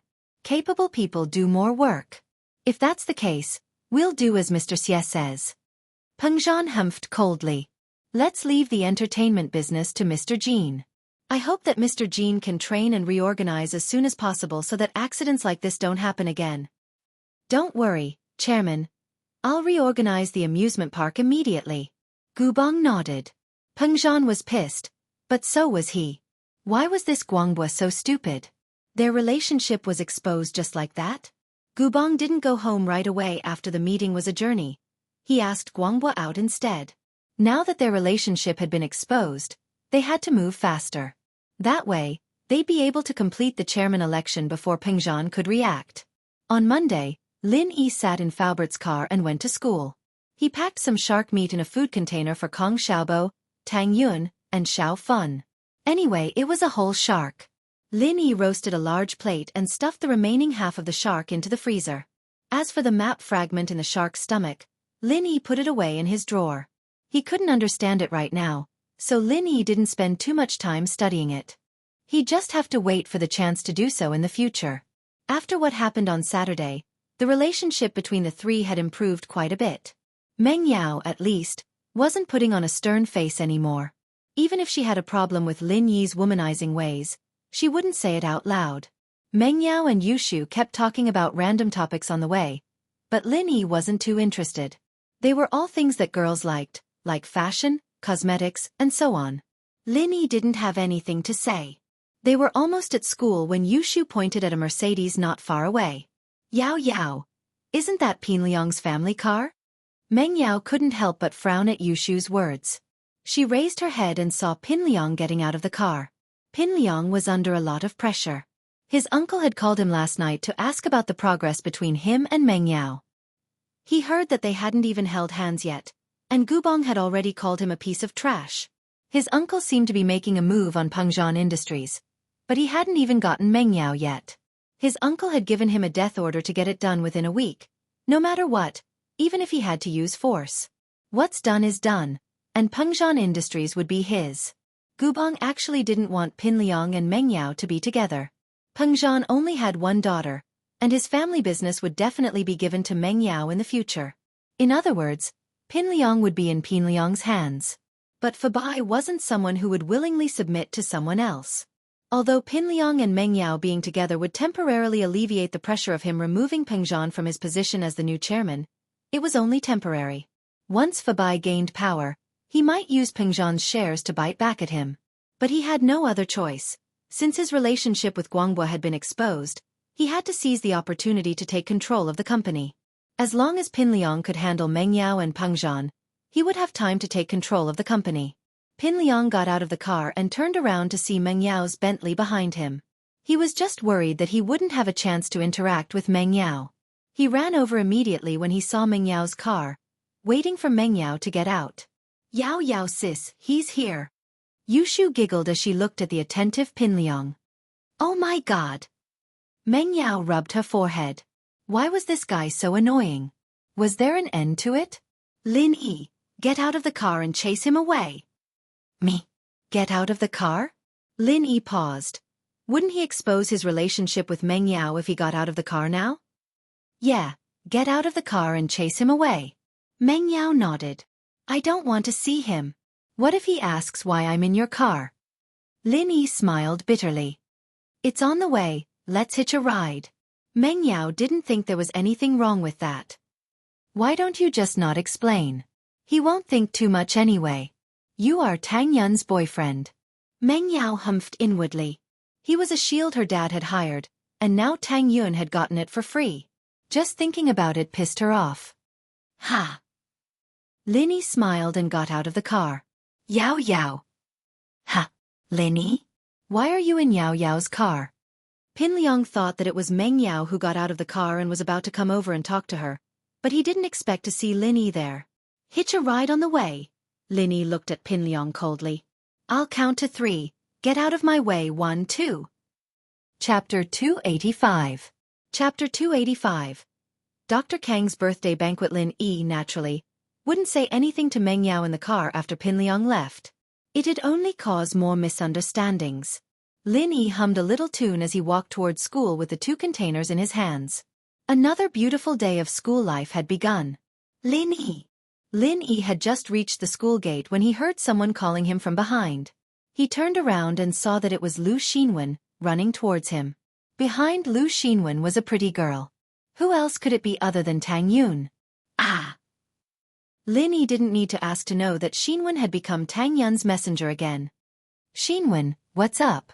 Yun wants you to wait for her for lunch. Xinwen's impression of Lin Yi had changed a little. It was also because of Fan's situation that Lin Yi was actively helping out, and so Xinwen didn't reject Lin Yi as much as before. Since Yun had accepted it and was together with him, why should she care about anything else? Xinwen had the same thought in her heart. Sure. Lin Yi didn't even think about it. He wanted to let Tang Yin taste the shark meat at noon, and the shark's fin was the only valuable part of the shark. Lin Yi divided it into 2 portions, putting one into Xiaobo's box for him to bring to Fan, and the other for Tang Yin. As for Meng Yao and Yushu, the 2 misses didn't care about shark fins at all. As they said, what's so good about shark fins? Tang Yun was evidently embarrassed to be so close to Lin Yi in school. She blushed when Lin Yi looked over and turned her head away, pretending that she didn't see Lin Yi at all. That flirtatious look made all the passing boys a little dazed, but no one dared to covet Tang Yun now. Everyone knew that she was the new school bully, Lin Yi's girlfriend. Even Zhou Ruoming was beaten up so badly.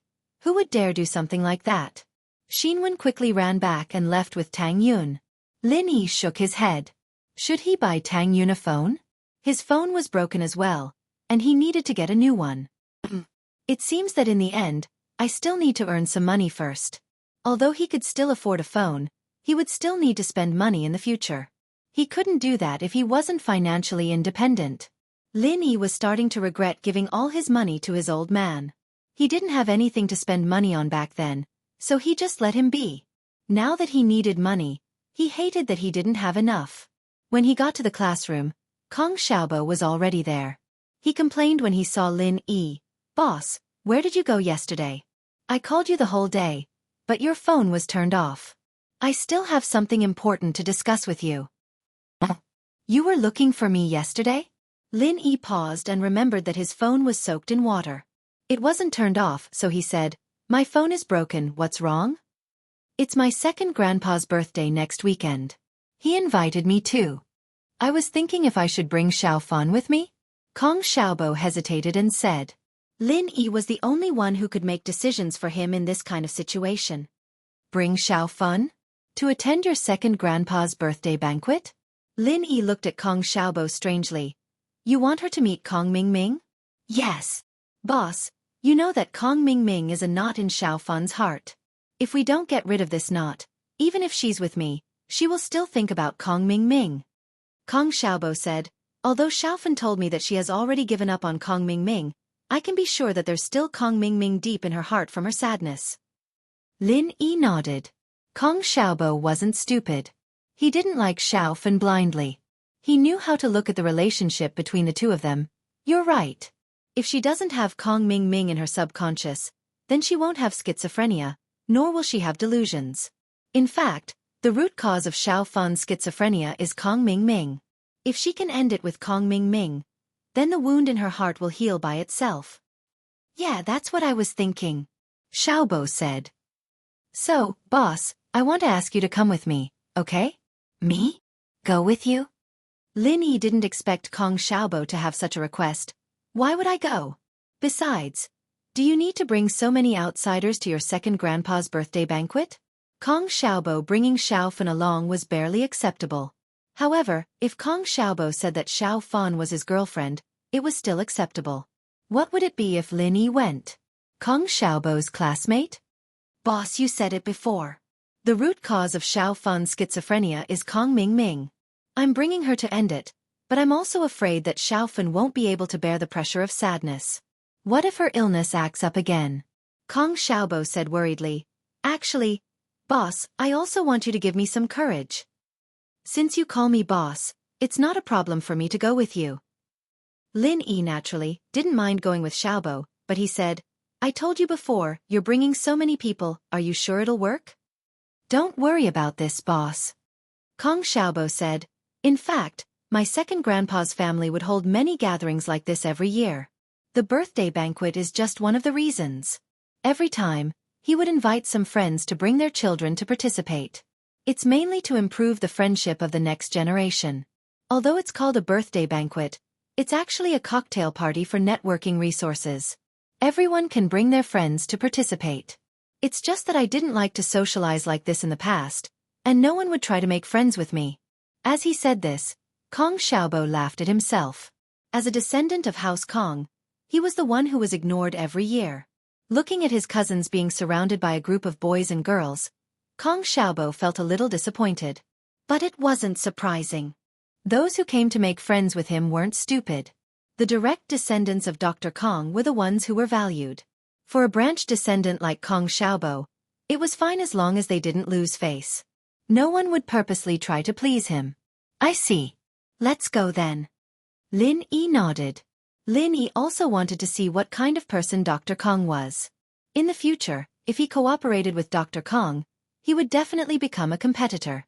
Boss, do you want to bring Tang Yun along? Kong Xiaobo smiled and suggested.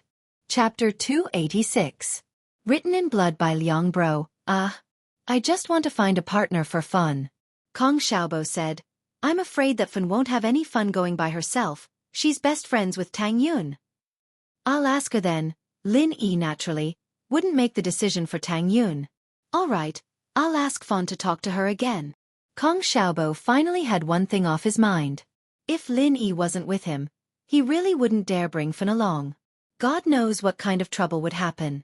Right, here's something for you, Lin Yi said as he took out a container from the bag and handed it to Kong Xiaobo. What's this? Kong Xiaobo took it and looked at it. It looked like food. Shark meat and shark fins. Are you going to the hospital to visit Fun? Bring it along, you guys can eat together, Lin Yi said. Shark meat and shark fins? No way. Boss, where did you get this? It's pretty rare, isn't it? Kong Xiaobo's eyes were wide open. I bought it from the market. Lin Yi naturally wouldn't say that he killed the shark himself. That would be too shocking. Heh, I knew you're good to me, boss. I'll go enjoy it with Fun at noon. Heh. Kong Xiaobo said happily as he put away the container. Pin Liang was very pissed today. It was like this Lin Yi was sent by the heavens to oppose him. Why was it that every time he wanted to do something, Lin Yi was always in his way? Hitchhiking? Motherfucker, how could he get a free ride? This kid was pretty shameless. Hitchhiking with Meng Yao's family? The most infuriating part was that Meng Yao actually allowed him to hitchhike? Are you kidding me? Of course, Pin Liang didn't think that Lin Yi had anything to do with Meng Yao. First, Meng Yao wouldn't fall for Lin Yi. Second, Lin Yi had a girlfriend. His girlfriend was the commoner school beauty, Tang Yun. Everyone in the school knew about this, including Meng Yao. Therefore, if there was any interaction between the two of them, it could only be what Lin Yi had said, that they had hitched a ride. As for why Lin Yi was hitchhiking, Pin Liang couldn't ask. If he asked Meng Yao, she'd ignore him. Asking Lin Yi was asking for a beating. Brother Liang, what's wrong? Why do you look so worried? Xiaofu asked carefully as he looked at Pin Liang's hurt face. Now that Nai Peo was gone, he was Pin Liang's only dog. Pin Liang wasn't having a good time, and Xiaofu wasn't having a good time either. He used to be arrogant, and no one dared to mess with him. Now he had to be careful, afraid that he'd piss off a god like Lin Yi and beat them up again.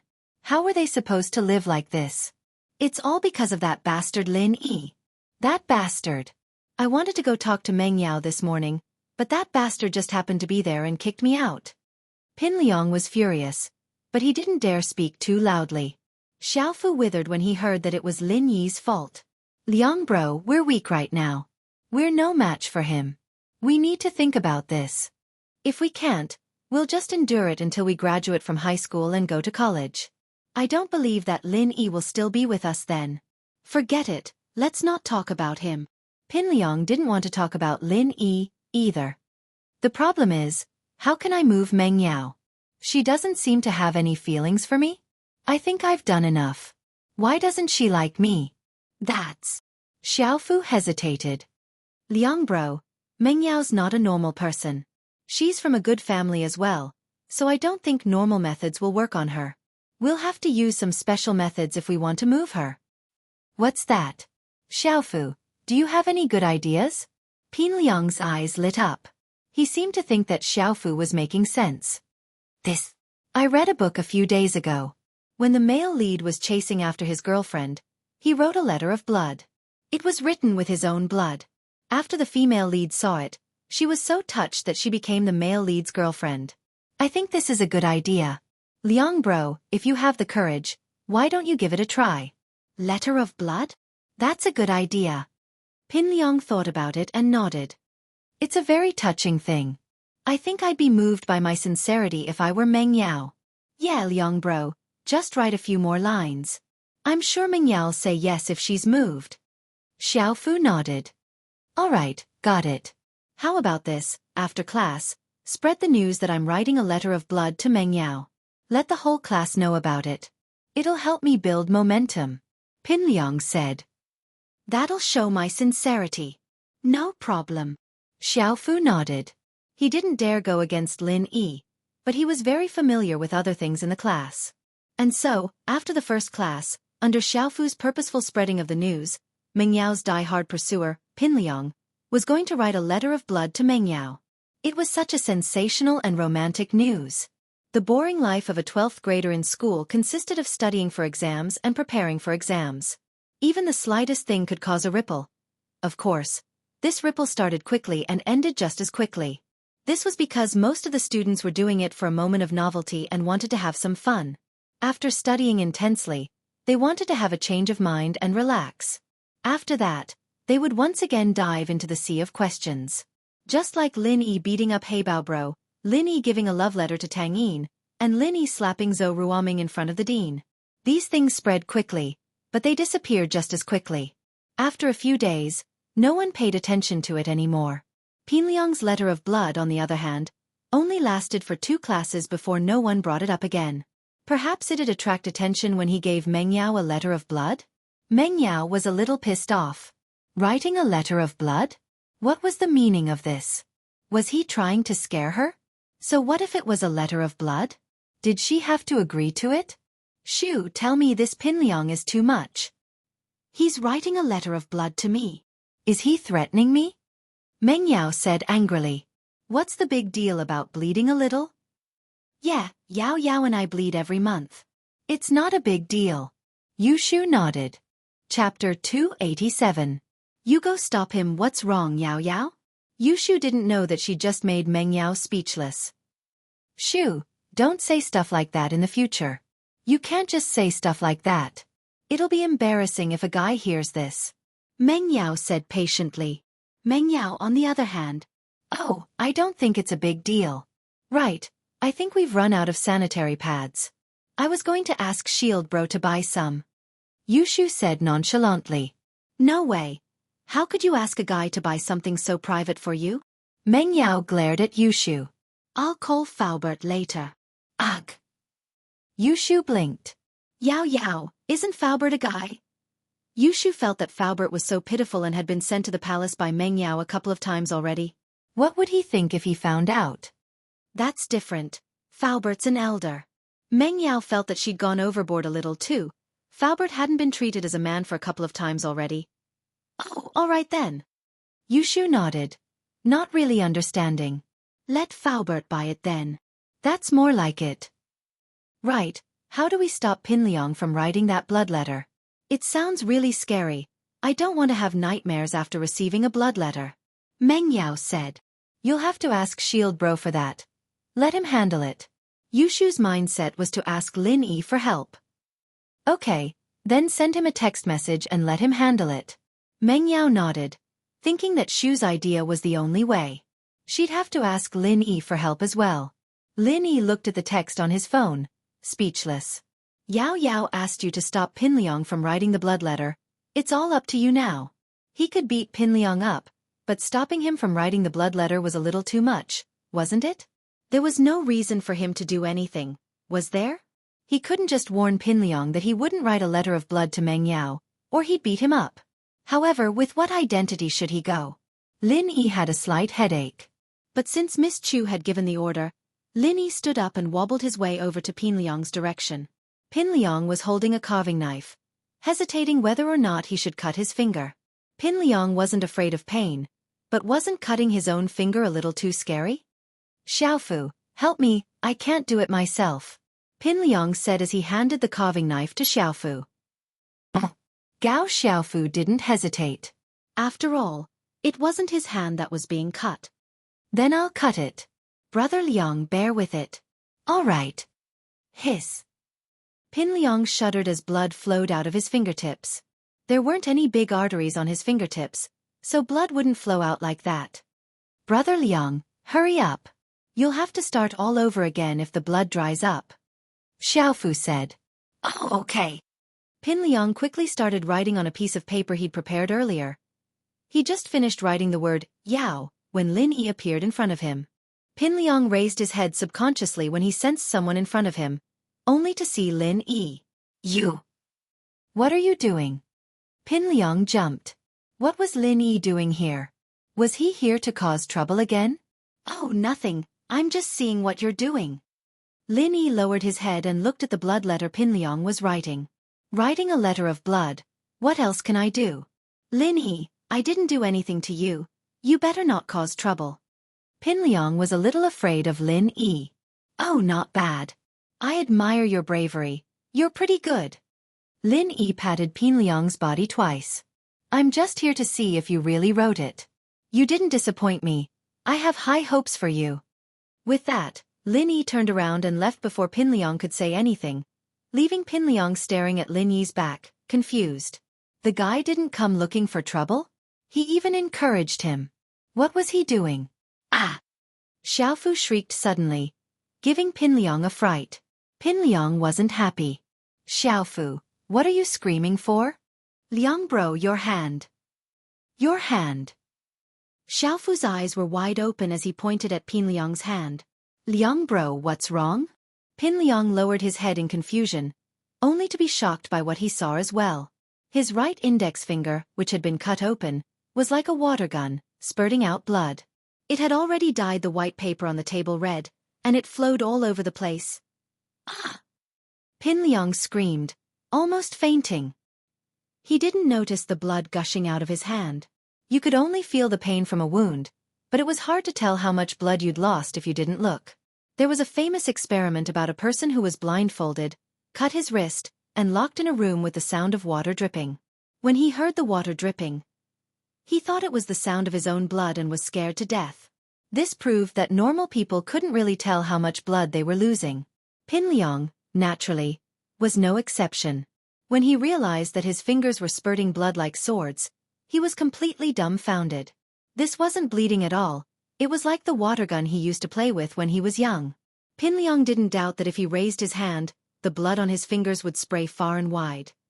Am I going to die? Xiaofu, get me to the hospital. Pin Liang didn't even have time to write the letter of blood, as his legs were shaking and he couldn't even stand up. Fu, hurry, call my dad, tell him to come get me. He yelled, panicking. Fu, hurry up and call my dad, tell him to come get me. Everyone in the classroom looked at Pin Liang curiously, covering their mouths when they saw the blood gushing out of his finger. How could a finger bleed like this? Yao Yao, look, Pin Liang's hand turned into a water gun. Yushu looked at Pin Liang curiously. Meng Yao was shocked. It's not Lin Yi's doing, is it? I don't know, maybe. Shield Bro's really strong, he can even kill a shark, let alone Pin Liang. Yushu said. If Pin Liang knew that Yushu was comparing him to a shark, he wouldn't know whether he'd be happy or cry. Chapter 288. Telepathy. But since the guy liked to make a big fuss about nothing, Lin Yi didn't bother with him. Ming Yao's wish had come true. Anyway, he couldn't write a letter of blood anymore. Boss, what's Pin Liang doing? Is he doing acrobatics? Why do I feel like he's trained in 6 pulses before? He can even spit blood? Kong Xiaobo looked at Pin Liang sympathetically. Why was this guy so unlucky? He couldn't stop bleeding just by writing a letter of blood. Who knows? I heard that when people get excited, their blood circulation speeds up. Maybe that's what happened? Lin Yi said innocently with a shrug. Pin Liang's blood letter incident turned into a farce, and soon everyone knew about it. It was as if Pin Liang's finger could spurt blood was even more eye-catching than Pin Liang's blood letter incident. What kind of stupid idea is this? I'm going to bleed to death before I'm even done. Pin Liang felt like his head was spinning, and his steps were wobbly. He almost fell flat on his face. Brother Liang, you only made a small cut on your finger. Logically speaking, it shouldn't be a problem at all. Xiaofu said, feeling wronged. Liang bro, it's not like we've never cut our hands in fights before. There've been wounds worse than this, but when did it ever stop bleeding like this? You're right. Pin Liang thought about it and realized that it was true.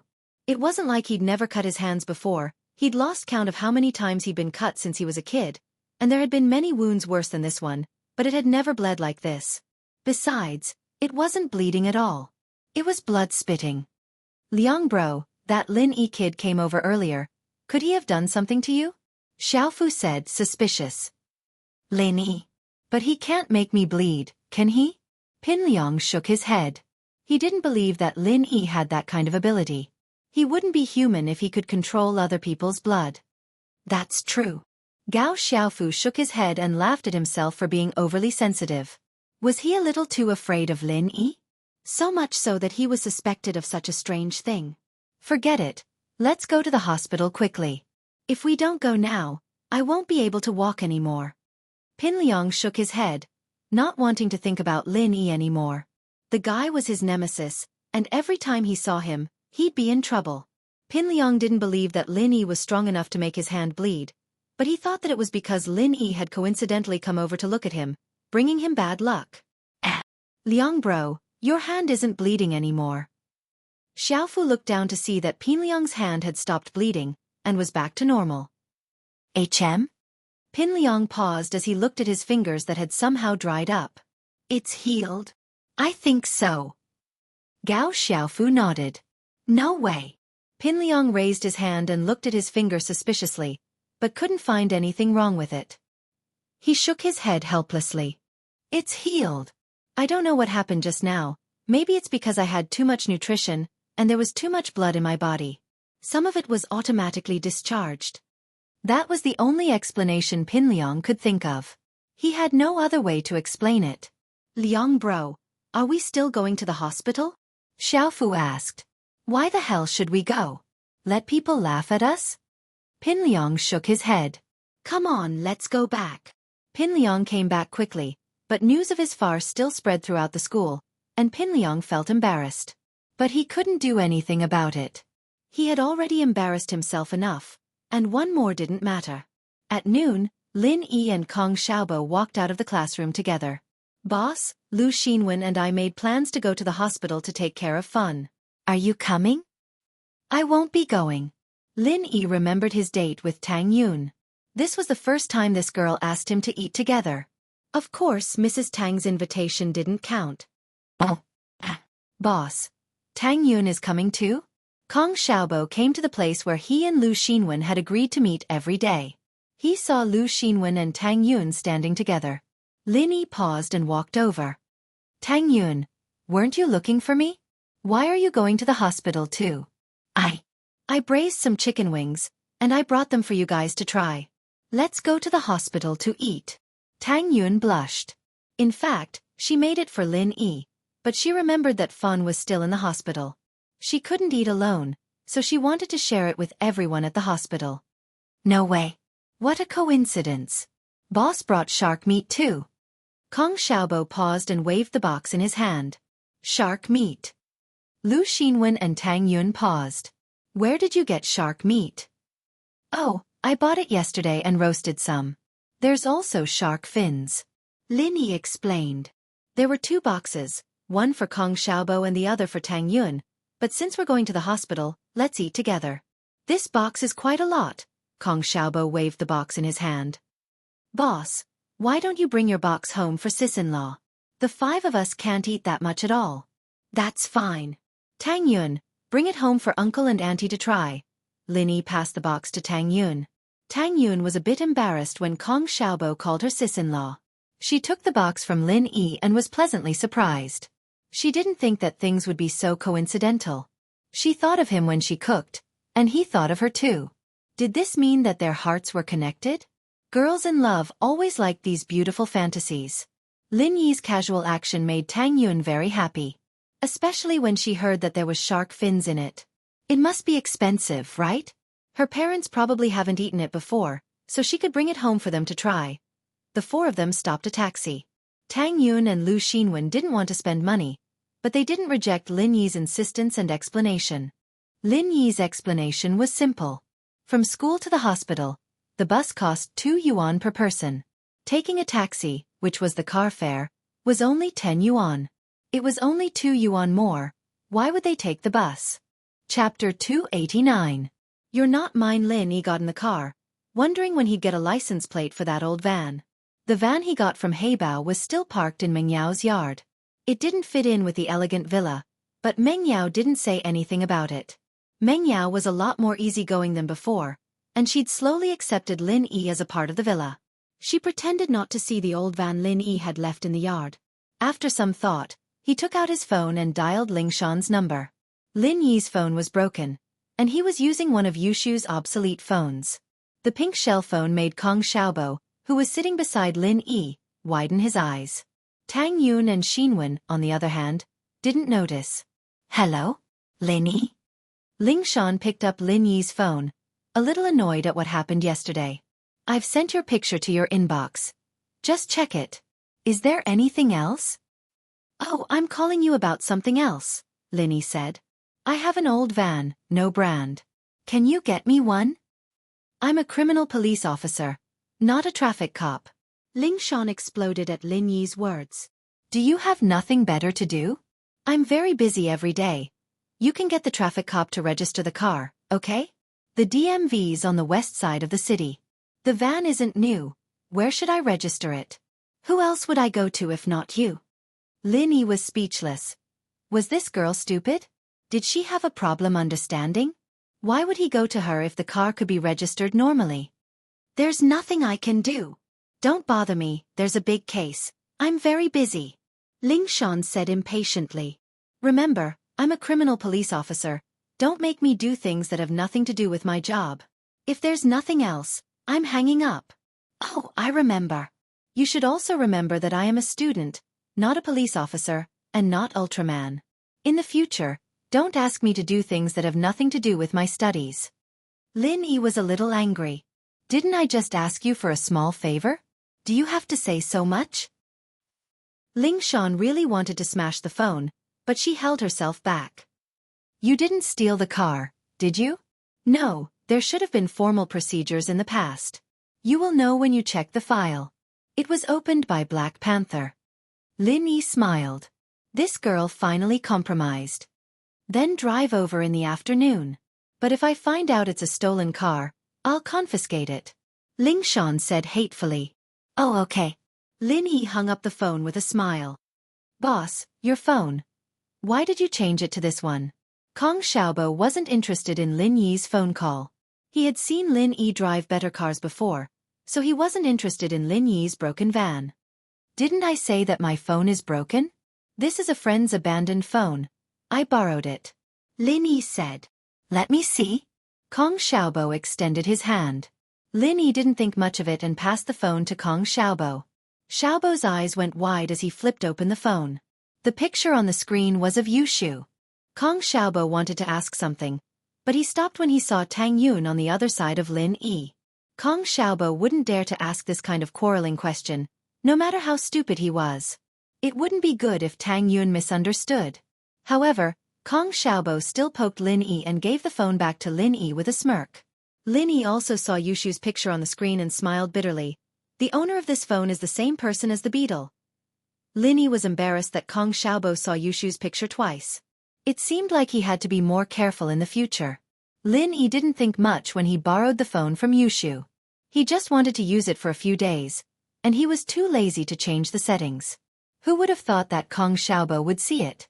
Lin Yi awkwardly opened the picture menu and was about to change the background, but Kong Xiaobo's eyes widened when he saw it. There was more than one picture of Yushu. Not only was there Yushu, there was also Meng Yao.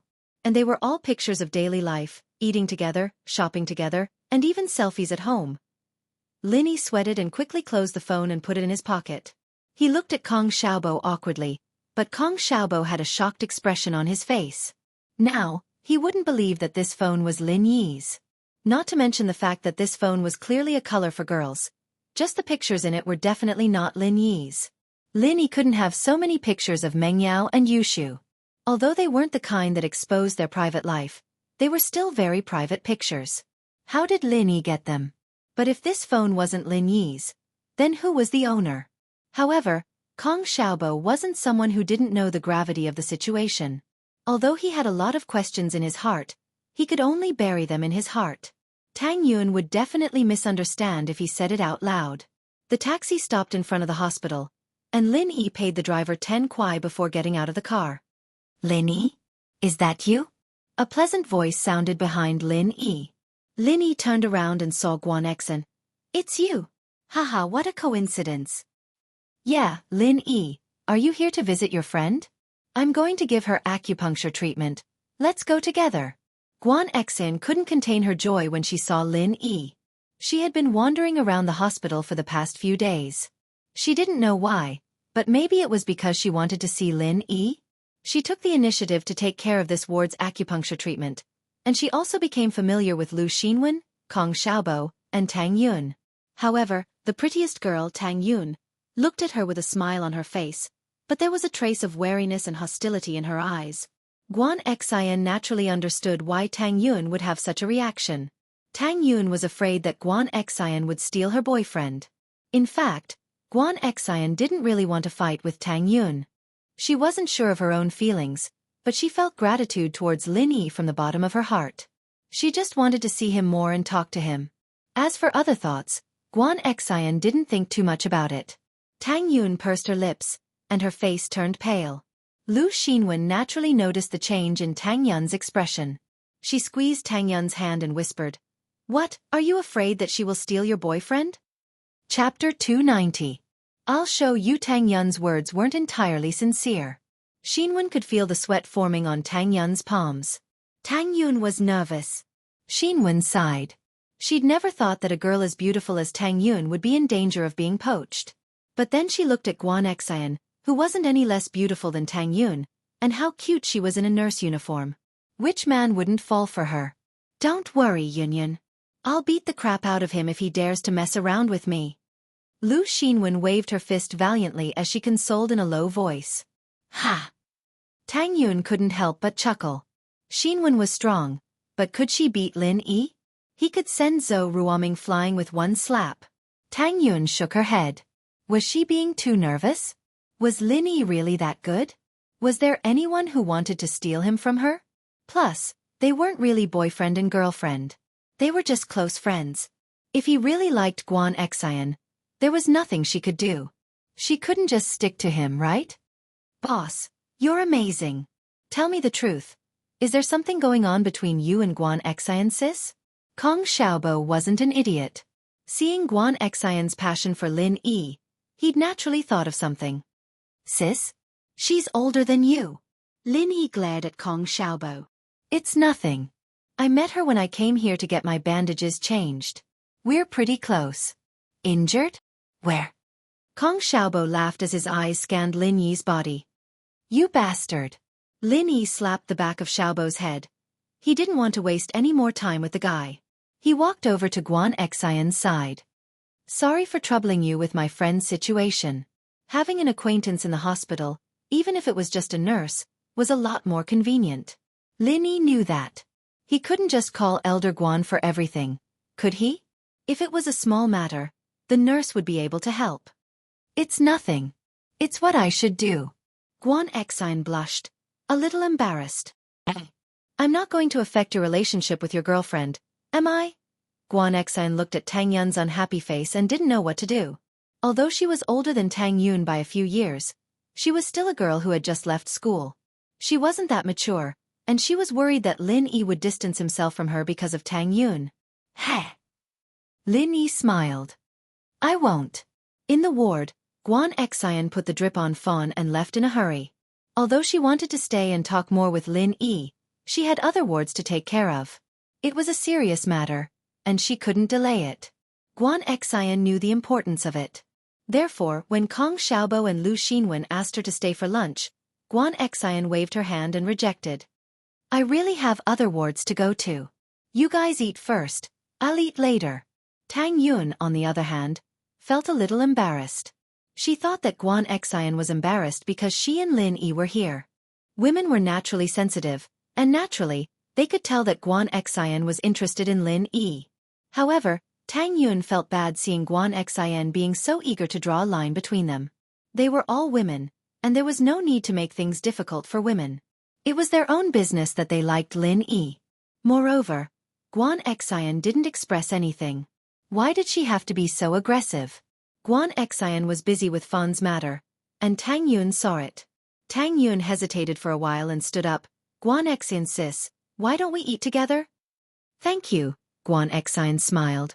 Patience can't be delayed. Eating is a small matter. Why don't you guys treat me to a big meal when Fan is discharged? That's fine. Tang Yun nodded and didn't try to persuade her to stay. It seemed that she was thinking too much. Xian really had something to do and couldn't stay. Lu Xinwen looked at the sentimental Tang Yun and sighed. Yin Yun had really sunk into it. If it was in the past, why would she think about these things? Fan was very happy that everyone came to visit her at noon. After a few days, Lin Yi noticed that Fan had become a lot more cheerful and talkative. She could tell jokes to everyone, and the room was filled with laughter. Of course, this was all Kong Xiaobo's credit. Kong Xiaobo would accompany Xiao Fan every day, chatting with her and telling her about the things that happened in the school. Lin Yi, I didn't expect you to be the school's big bully. Xiao Fan naturally understood Lin Yi from Kong Xiaobo. You can't bully Yin Yun. Otherwise, we won't let you go. Haha, I won't, Lin Yi smiled. You should say that to Kong Xiaobo, right? Xiao Fan was a bit shy after hearing Lin Yi's words.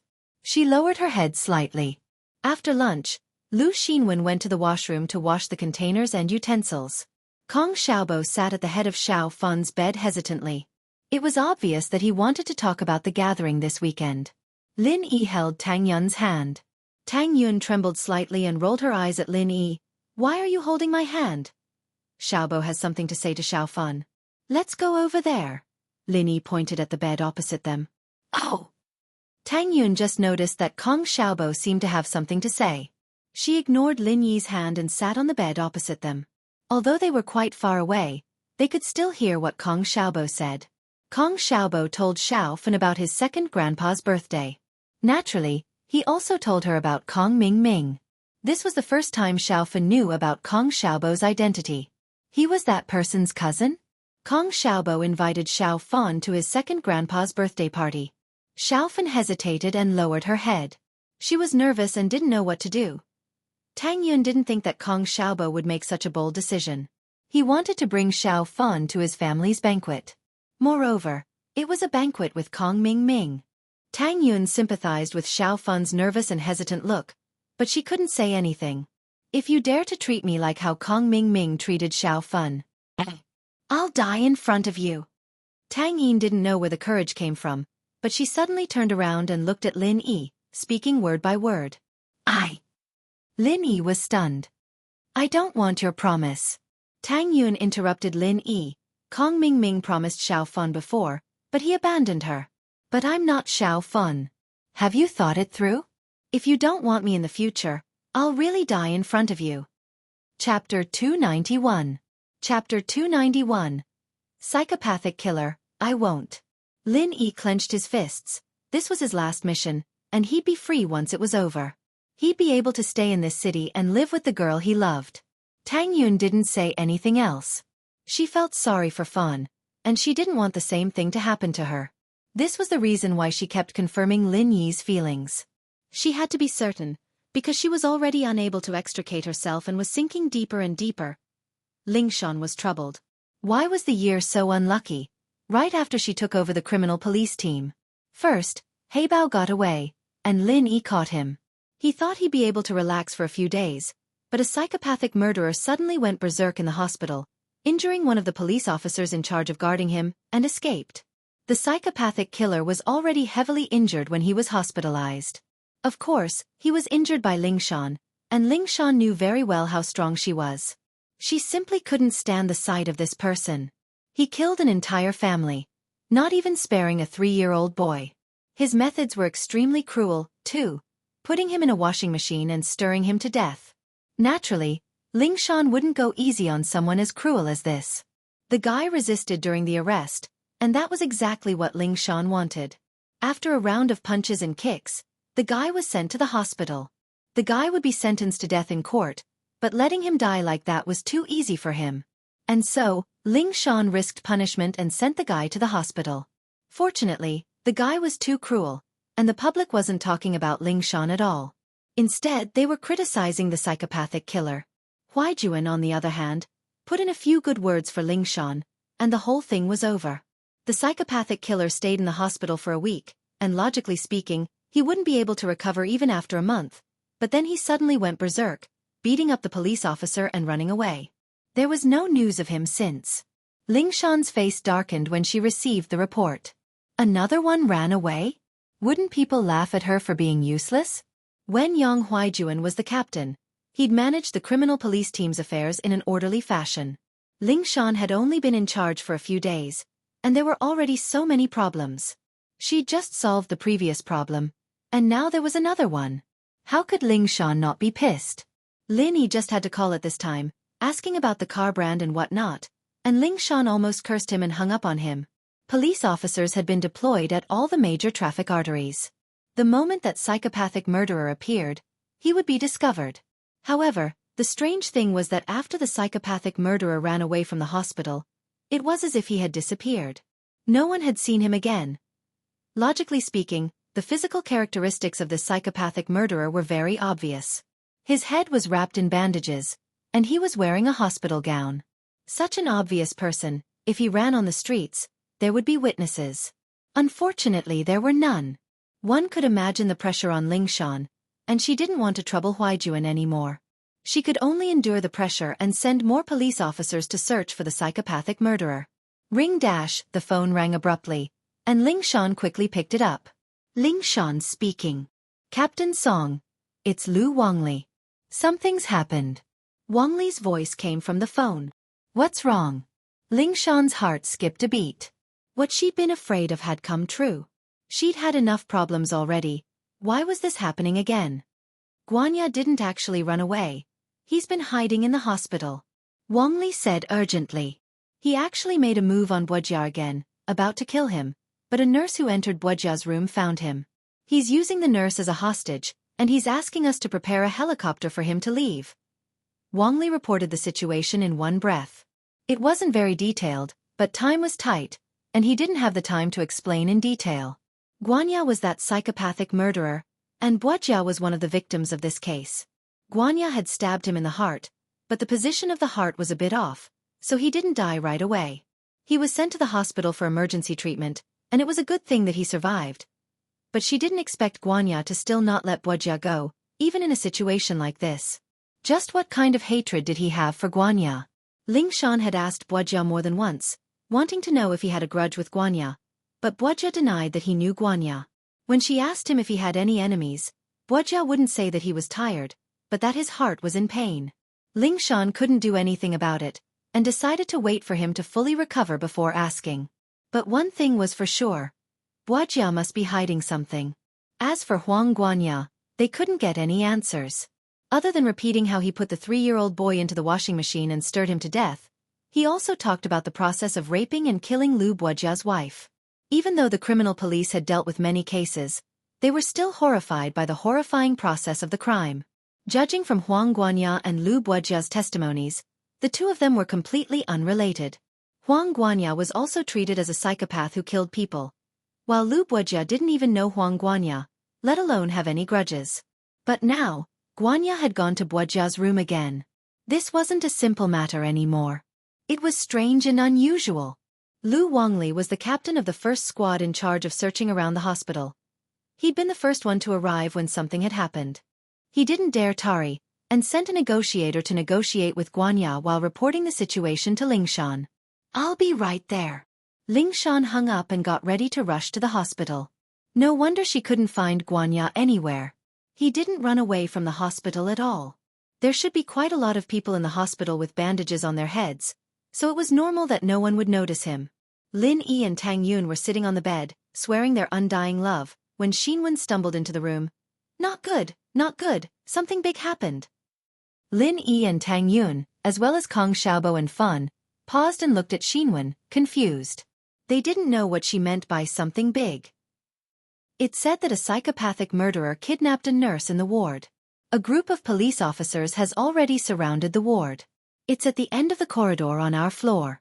I was scared to death, so I ran back to inform you. Lu Xinwen said with lingering fear. Psychopathic murderer? Lin Yi paused. Why is he in the hospital? Chapter 292. Guan Xian's abduction. Lin Yi chuckled to himself. Indeed, it was fortunate that he hadn't come to this room, otherwise he'd be in danger. Lin Yi wouldn't hesitate to kill anyone who threatened Tang Yun. Boss, should we go take a look? Xiaobo was a little curious. It wasn't often that he saw cops and robbers fighting each other. Let's go. Lin Yi didn't mind. He turned to Tang Yun. You coming? Tang Yun was a little scared, but curious at the same time. You guys want to go watch? Xinwen was surprised. She told them not to go out of goodwill, but they'd volunteered to go watch. There's the police in front, it should be fine, right? Kong Xiaobo said as he walked out. Sure enough, when he opened the door, the corridor was already full of onlookers. Some of them were wearing hospital gowns, and there were also doctors and nurses passing by. However, the innermost part of the corridor was separated by the police to prevent these onlookers from going over. Ling Shan ran all the way to the hospital with Lu Wangli by her side, reporting the situation to her in detail as they walked. The nurse who was kidnapped is called Guan Xian, 20 years old, just graduated this year. When she went to change Lu Bujia's bandages, she saw Guanya trying to harm Lu Bujia, so she was taken hostage. Wangli explained as they walked. What? Guan Xian? Lin Yi bumped into Ling Shan as he walked out of the room, surprised to hear Wangli mention Guan Xian's name. Lin Yi? Why are you here? Ling Shan was surprised to see Lin Yi here as well. She hadn't expected him to be here. Tang Yun was a little jealous of Lin Yi's concern for Guan Xian, but she didn't say anything. Her heart tightened when she heard that Guan Xian was the one who was kidnapped. She was still a little hostile towards Guan Xian, but it was undeniable that the two had become friends after spending some time together. No matter what, Tang Yun was still worried about Guan Xian. Lin Yi didn't answer Ling Shan's question, instead turning to Wangli. Lu bro, you said Guan Xian was the hostage? Why, you know her. Wangli was quite familiar with Lin Yi now, since he'd driven him and Shark home the day before yesterday. Yeah, she's a friend of mine. Lin Yi nodded. Should I go take a look? Ling Shan frowned, but didn't say anything. Lin Yi was a decent fighter, and he could at least protect himself. If he knew the hostage, things might turn for the better. Guanya knew who he was, and he'd be on his guard if he were to make a move. Huaijuan, however, was the only one in the police force who was better than him. If she wanted to get close to Guanya, Lin Yi might be the best candidate. But honestly speaking, Ling Shan didn't want Lin Yi's help. One, she was worried about his abilities, and the other, if the guy really did help her again, he'd only ask her to do more things for him in the future. Don't talk to me like that. Guanya looked at the negotiator in front of him with disdain. Get me 500,000 in cash and a helicopter full of fuel, or I'll kill this girl. Guanya licked his lips, a fierce light in his eyes. He tightened his grip on Guan Xian's neck, and a thin line of blood appeared. The negotiator was also sweating profusely. He had not expected Huang Guanya to be so unmoved by force or persuasion. He had not listened to a single word he had said to him. Instead, he had told him about how he had killed a 3-year-old boy in a washing machine. All right, I'll do it. Ling Shan's voice sounded. But you have to ensure the safety of the hostage. Ling Shan didn't have a choice. She had to stall the criminal first. If Guanya hurt the hostage, she'd be held responsible. She was only a temporary captain right now, and she'd probably never get promoted. She'd even be demoted. Don't come near me. Guanya's eyes flashed with hatred when he saw Ling Shan. He was a little afraid of this woman, and he wasn't a match for her. Letting her get close would put him in danger. All right, I won't go. Ling Shan frowned. She'd wanted to get close without anyone noticing and subdue Guanya, but Guanya was smart enough to know that Ling Shan was a good fighter. He didn't give her a chance at all. Tell your men to put their guns down and back off. Guanya said.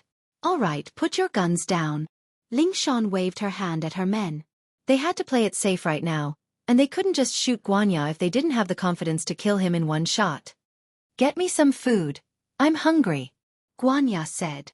Don't even think about doing anything to the food. I'll give it to this girl first. Call the hospital canteen now and tell them to send the food here directly. Don't do anything. All right, I'll do it.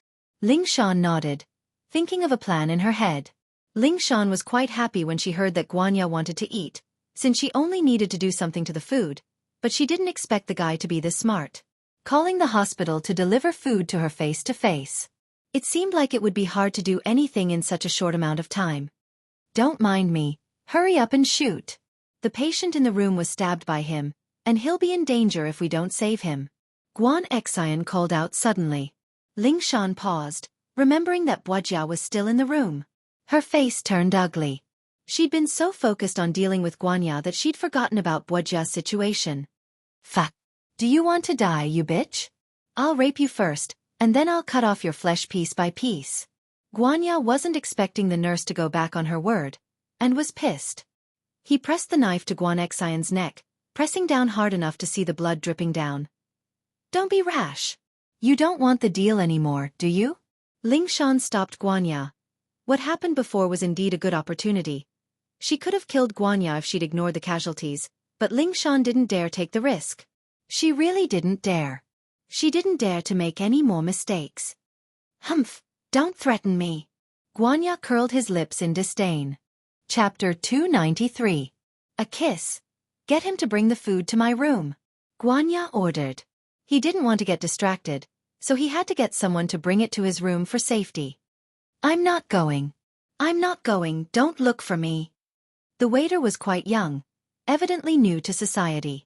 He'd never been in a situation like this before. Huang Guanya's roar scared him so much that he fell to the ground. If it weren't for a policeman beside him who quickly helped him up, he would have dropped the lunchbox in his hand. Guanya was speechless. There was someone this cowardly? He hadn't even done anything to the guy, and he'd gotten this scared just from a box of food? Wasn't he a little too much of a coward? Hurry up. Get him to bring me the food, I'm hungry. Guanya yelled. No. I'm not going, definitely not. Not even if you beat me to death. The waiter shook his head. Fear in his eyes. There was actually a puddle of water under him. The police officer couldn't take it anymore. The guy was pissing his pants? He frowned at Guanya. Why don't I bring it in for you? Don't worry, I don't have a gun. I'll hand it over right in front of you. No, you bring it to me? Do I know you? Who knows if you'll ambush me? Guanya was no idiot. There was no way he'd let the police get close to him. That was suicide. Ling Shan was helpless as well. You saw it yourself, there's no way he'll bring it to you. We can't force him to, can we? Do you want me to send you some? You're even worse. Guanya rejected the suggestion immediately. How about this? Get some random bystander to bring it in. As soon as Huang Guanya said this, the crowd that had been watching from the sidelines immediately backed away. No one wanted to be called out to be a strong man. It was fine for these people to watch the fun, but it was absolutely impossible for them to do something dangerous. No one wanted to die, and delivering food to a gangster like this was a suicide mission. Ling Shan looked at the people who'd been watching the show retreating, feeling a little pissed off. She'd told them to stay away, but they didn't, coming so close to watch the show. Why were they running away faster than rabbits now? But there was nothing she could do about it. All she could do was complain in her heart. All of a sudden, Ling Shan turned her head and looked at Lin Yi not too far away. Although he hated Lin Yi, he had to admit that Lin Yi was very skilled. Even if he was still a distance away from him, it should be enough to deal with Huang Guanya, right? He was a suitable candidate to deliver food. One had to say, Guanya and Ling Shan thought alike this time. The crowd dispersed, leaving only Lin Yi standing there like an idiot. Guanya thought that it was just the young man's bravery, and didn't think much of it. Student over there, bring my food in here, I'll give it to you. It's you. Stop looking, I'm talking to you. Me. Lin Yi smiled inwardly, but put on a surprised face as he pointed at himself. Yes, hurry up, don't waste time. Guanya roared. You won't hurt me, will you? Lin Yi asked weakly, a little hesitant. I won't. Hurry up. Guanya said impatiently. Then. All right. You said it, you won't hurt me. Lin Yi nodded.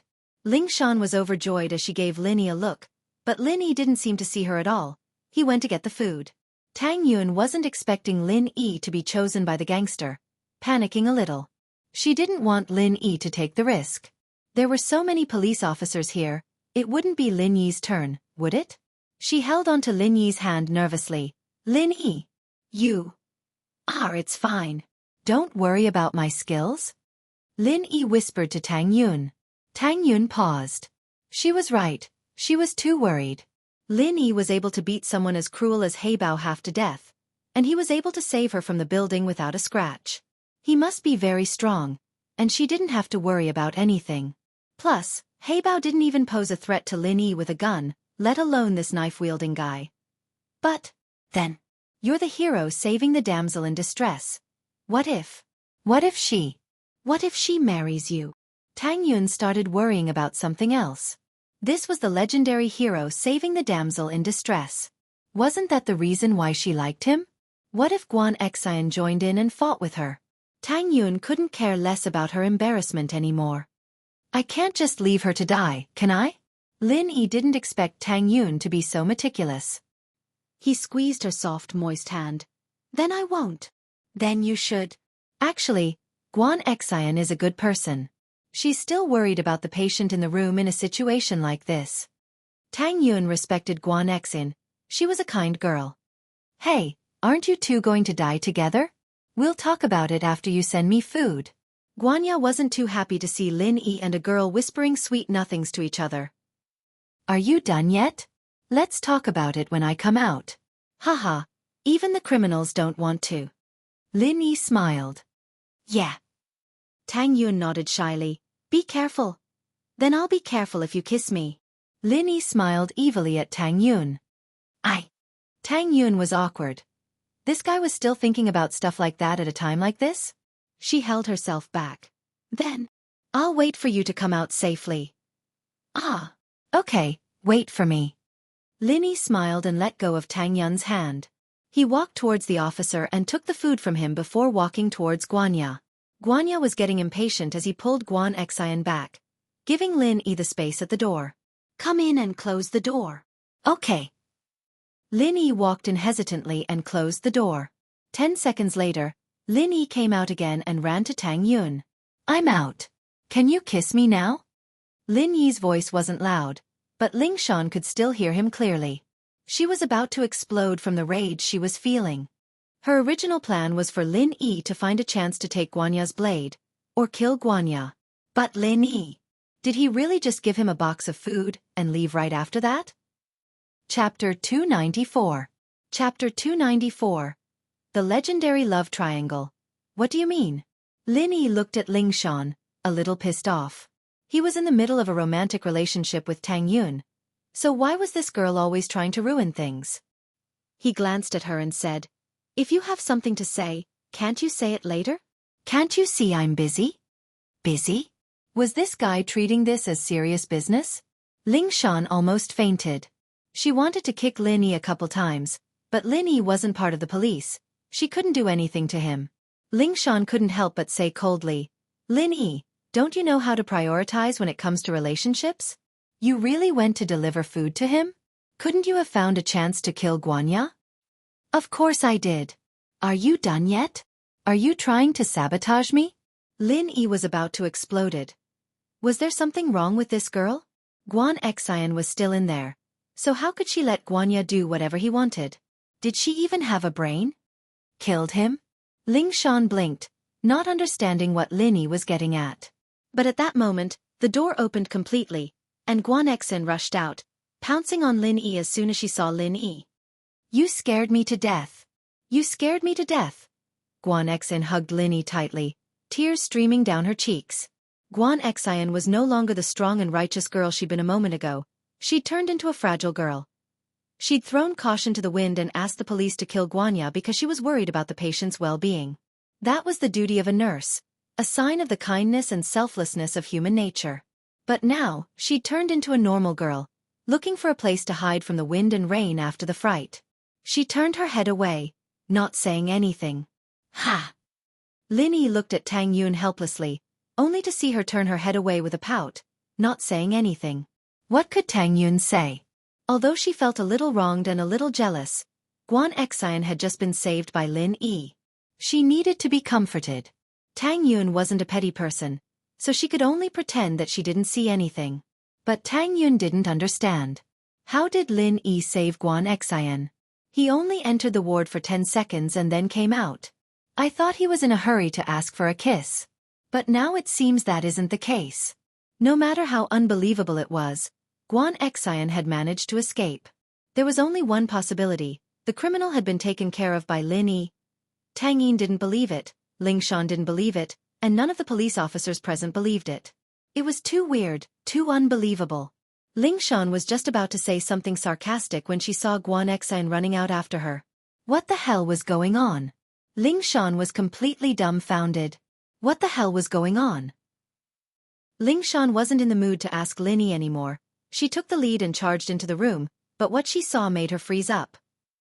Guanya was on the ground, the dagger in his hand falling to the side. His death couldn't have been more gruesome, his eyes bulging out, and his face filled with shock and rage. He didn't accept this, and he died with his eyes wide open. The way he died made Ling Shan speechless. It could be said that Guanya was killed in one hit, and the weapon made Ling Shan speechless, as well as a little disbelieving. It was a pair of chopsticks, the same chopsticks Lin Yi had brought with his lunchbox. At this moment, the chopsticks were directly stabbed into Huang Guanya's heart. Judging from the length of the chopsticks had directly pierced through Huang Guanya's heart. It was probably going to come out from his back. Lin Yi did this. How did he do it? Ling Shan's mind was filled with questions.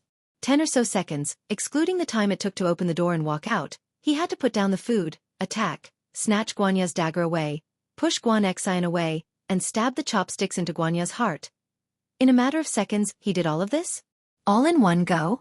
Ling Shan was biased against Lin Yi, but she had to admit that it was too fast. Guanya wasn't even able to scream before he was dead. Ling Shan asked herself if she'd been the one delivering the food. Would she have been able to do it this fast? And without harming the hostages? Ling Shan really wanted to say that she could do it, but she hesitated. Shaking her head, Ling Shan ignored Guanya's body for now and ran over to Wuxia's bed. The bed was already dyed red with blood, and Guanya had stabbed him a few times in the abdomen, and it was bleeding profusely. Call the doctor. Ling Shan yelled at Wang Li, who'd rushed in after her. Yes.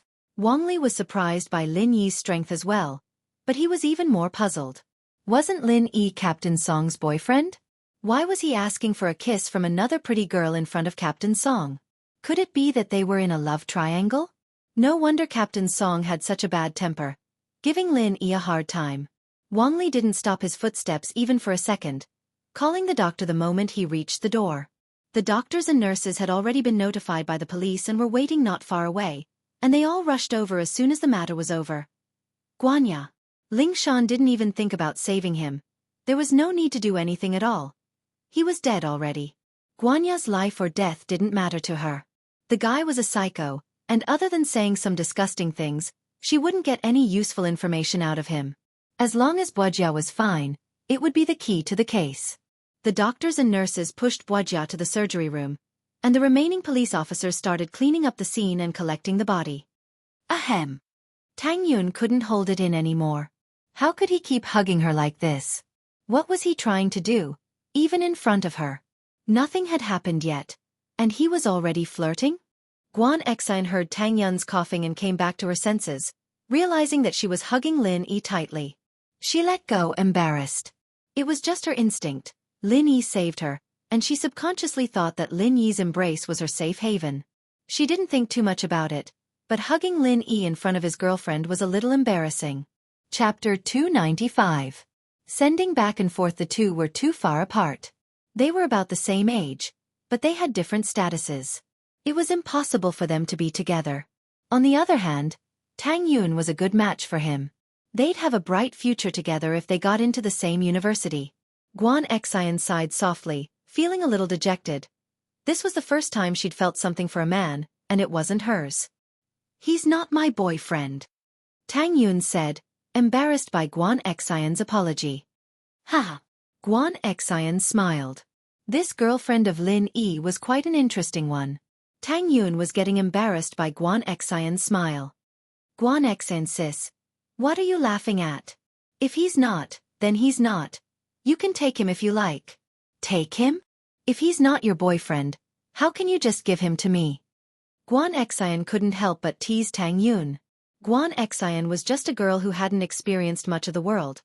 At home, in the hospital, and in front of her friends, she was still a kid. But in front of Tang Yun, who was 2 years younger than her, she'd naturally put on the airs of an older sister. Tang Yun paused. He wasn't her boyfriend, so why did she have to send him back and forth? Lin Yi smiled bitterly on the sideline. He wasn't a commodity? How could she send him back and forth? Miss Guan Xian, is it? Please come with us for a statement. Ling Shan walked over, frowning as she looked at Guan Xian, who'd just gotten off Lin Yi's body. This pretty nurse was related to Lin Yi as well. Is there something wrong with your head? Lin Yi turned around. Can't you see that idiot's injured her neck? Idiot? Ling Shan paused, smiling bitterly inside. Only Lin Yi would call Guanya an idiot. The man who'd made her feel like she was facing a great enemy was nothing more than an idiot in Lin Yi's eyes. But Ling Shan couldn't say anything. After all, Lin Yi had taken care of Guanya in a matter of seconds. In front of Lin Yi, Guanya really was an idiot. However, Lin Yi's words were a little unpleasant to the ear. What did he mean by his brain wasn't sick? This guy has asked me more than once if I'm crazy. Don't be so sarcastic, right? Lin Yi, what did you say? Ling Shan glared at Lin Yi. You have to come with me for a statement. Do you know that you killed someone? I am a good Samaritan, all right? Lin Yi shrugged. Besides, you are the one who told me to kill him. When did I tell you to kill him? Ling Shan asked. You didn't ask me to kill him, so why are you asking me if I can't find a chance to kill Huang Guanya? Lin Yi curled his lips. He didn't want to argue with Ling Shan about pointless things like this, but the tigress wouldn't stop. Lin Yi had no choice but to play along. You. Ling Shan was speechless. That's what I asked after the fact. Oh, you asking after the fact means that you wanted me to kill him. Lin Yi said. Why else would you be giving me that look? Are your eyes broken? Facial paralysis? You. Ling Shan glared at Lin Yi like a tigress. She wanted to eat Lin Yi alive, but she was always losing in front of him. Ling Shan was starting to wonder if he was her nemesis. Lu Wangli looked at the furious Ling Shan from afar, and then at Guan Xian, who was close to Lin Yi. He was a bit troubled. Could it be that the love triangle wasn't enough, and now there was a four-way love triangle? All right, enough with the you. You owe me another favor. I'll be looking for your car this afternoon. Wait for me. Lin Yi said before turning to Guan Xian, ignoring Ling Shan. Go put some ointment on your neck, there's still blood. Yeah. Guan Xian was a nurse, and naturally, she knew the severity of her injury. It was just a small cut. Nothing serious. Guan Xian was taken away by the police after applying the ointment. Ling Shan, on the other hand, couldn't make up her mind to go get Lin Yi again. Wasn't he looking for her car in the afternoon? She'll just do it then. On the way back to Fun's room, Lin Yi reached out to grab Tang Yun's hand, but Tang Yun shook it off shyly. When? Lin Yi asked with a grin. What? Tang Yun paused. Give me a kiss. Lin Yi said. Next time. Tang Yun rolled her eyes at Lin Yi. She'd lost all her courage after what happened to Guan Xian. How could she have the courage to kiss Lin Yi? Then I'll kiss you? Lin Yi naturally knew why Tang Yun was unhappy. Go to hell. Tang Yun, naturally, wouldn't agree. Ha! Lin Yi wasn't in a rush. He walked into the room with Tang Yun and looked at the time. It was almost time for afternoon classes. Kong Xiaobo was saying goodbye to Fun. Fun hadn't made a final decision about accompanying Kong Xiaobo to his family's banquet. She needed to think about it. Kong Xiaobo didn't rush her. He only asked her to give him an answer after thinking about it. The four of them left the hospital and stopped a taxi. Lin Yi got off near the villa area.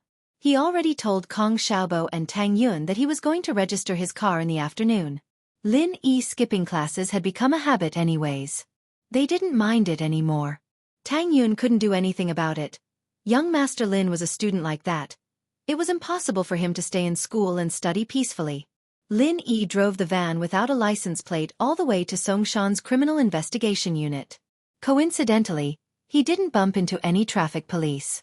Otherwise, he'd have to call Ling Shan again. Ling Shan sat in her office, feeling vexed. Wuxia had been saved, but he wasn't out of danger yet. He was on a ventilator, and she didn't know when he'd wake up. It wasn't easy to find a clue for the psycho murderer case, and now it was gone. Ling Shan was feeling a lot of pressure. Was she really qualified for her current job? Ling Shan didn't say anything sarcastic when Lin Yi came. She didn't dare offend Lin Yi. She used to rely on Huaijuan to solve cases, but now, she relied on Lin Yi. Ling Shan felt that she was such a piece of trash. She couldn't solve cases without relying on others? It was a contradictory feeling. Ling Shan thought that way, but she couldn't do anything about it. She copied down the van's frame number and engine number, and called the car management office to get the information on the van. The owner of the van was actually the owner of a car dealership in the second-hand car market. Chapter 296. A date at night. The owner of the car dealership waited for a couple of days, but Heibao didn't show up. He called the phone Heibao left behind, but it was turned off as well. Ling Shan didn't bother explaining after hearing the owner's words. She told him to come to the police station and accompany Lin Yi to the car dealership. As long as the car wasn't stolen, Ling Shan didn't care where Lin Yi got it from. "All right, you're done here. Can you fill in your statement?" Ling Shan said as she took out her notebook for Lin Yi. "Forget it. Make one up yourself. The credit's all yours anyway. I don't want any of it." Lin Yi said. "No." Ling Shan refused flatly. Lin Yi had killed Guanya in front of so many people. How could she give the credit back to him? What would people say then? "Let me make a call." Lin Yi couldn't be bothered with her. He dialed Huaijuan's number and handed the phone to Ling Shan after a few words. "Listen." Ling Shan took the phone from Lin Yi and listened to Huaijuan's voice. She wasn't too happy with the order, but she still nodded obediently. "Got it, Chief Yang." Ling Shan frowned as she handed the phone back to Lin Yi. Just what was this guy's relationship with Huaijuan? The selfless Huaijuan's image in Ling Shan's heart crumbled the moment he got involved with Lin Yi. "All right, you can leave now," Ling Shan said decisively. Since Huaijuan said that the credit was hers, then it was hers. The criminal police were all old subordinates of Huaijuan, and no one would object if Huaijuan gave the word.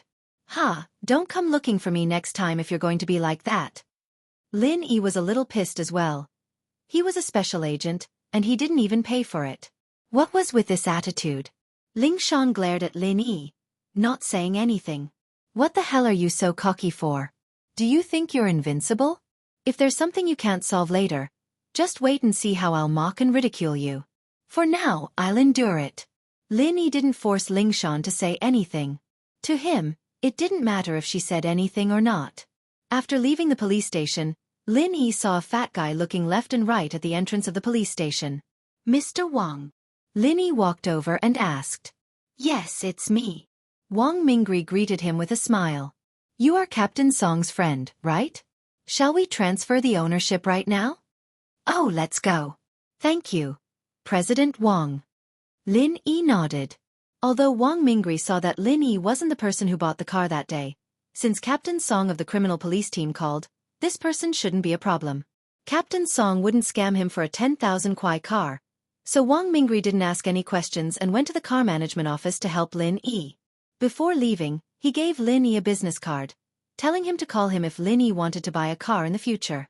Whether it was a new car or an old one, Wang Mingri knew people who could help. Lin Yi thanked him and put the business card away, getting ready to drive to school. This car was Lin Yi's private property now. He didn't need to ask for Meng Yao's permission to drive it to and from school every day. Lin Yi's phone rang before he even reached school. He took it out and saw that it was Xu Amin's number. "Grandpa Guan." Lin Yi quickly picked up. What are you busy with?" Xu Amin's voice came from the other side of the phone. "Nothing, I'm driving to school." "What's up, Grandpa Guan?" Lin Yi asked. "Do you have time tonight? My granddaughter is on leave tomorrow, so I'll get her to cook a few dishes and we'll have a drink." Xu Amin hadn't discussed medicine with Lin Yi in a long time, so he couldn't hold it in anymore. He didn't call Lin Yi, and Lin Yi didn't come looking for him. He had no choice but to thicken his skin and call Lin Yi. Tonight? Sure. Lin Yi had wanted to talk to Xu Amin about the idea of setting up a medical company, but he didn't have the time. Naturally, Lin Yi wouldn't reject Xu Amin's offer, since Xu Amin was calling him today. It's a deal then. I'll be waiting for you at home on time.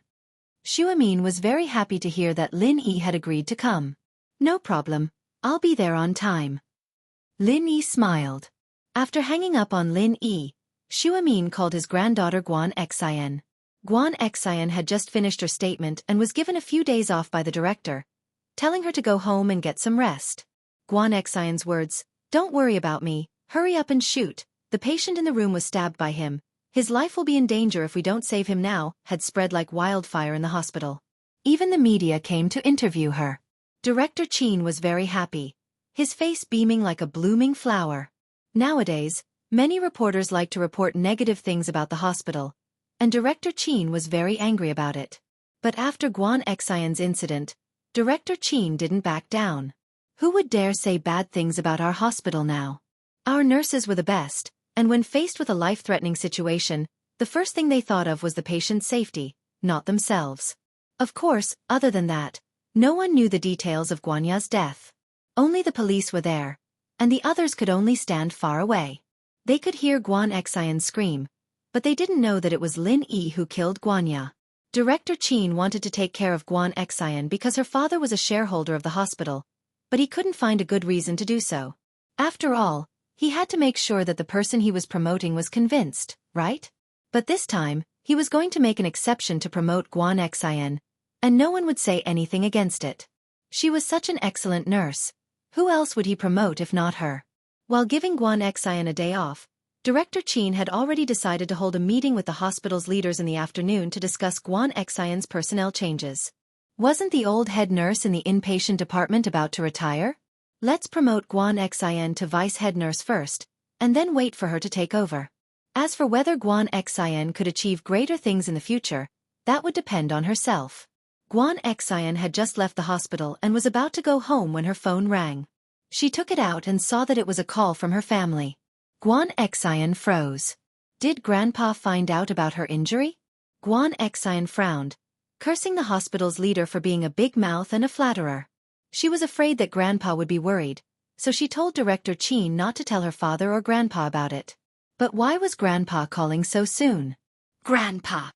Guan Xian picked up the phone and called Grandpa, a little uncertain.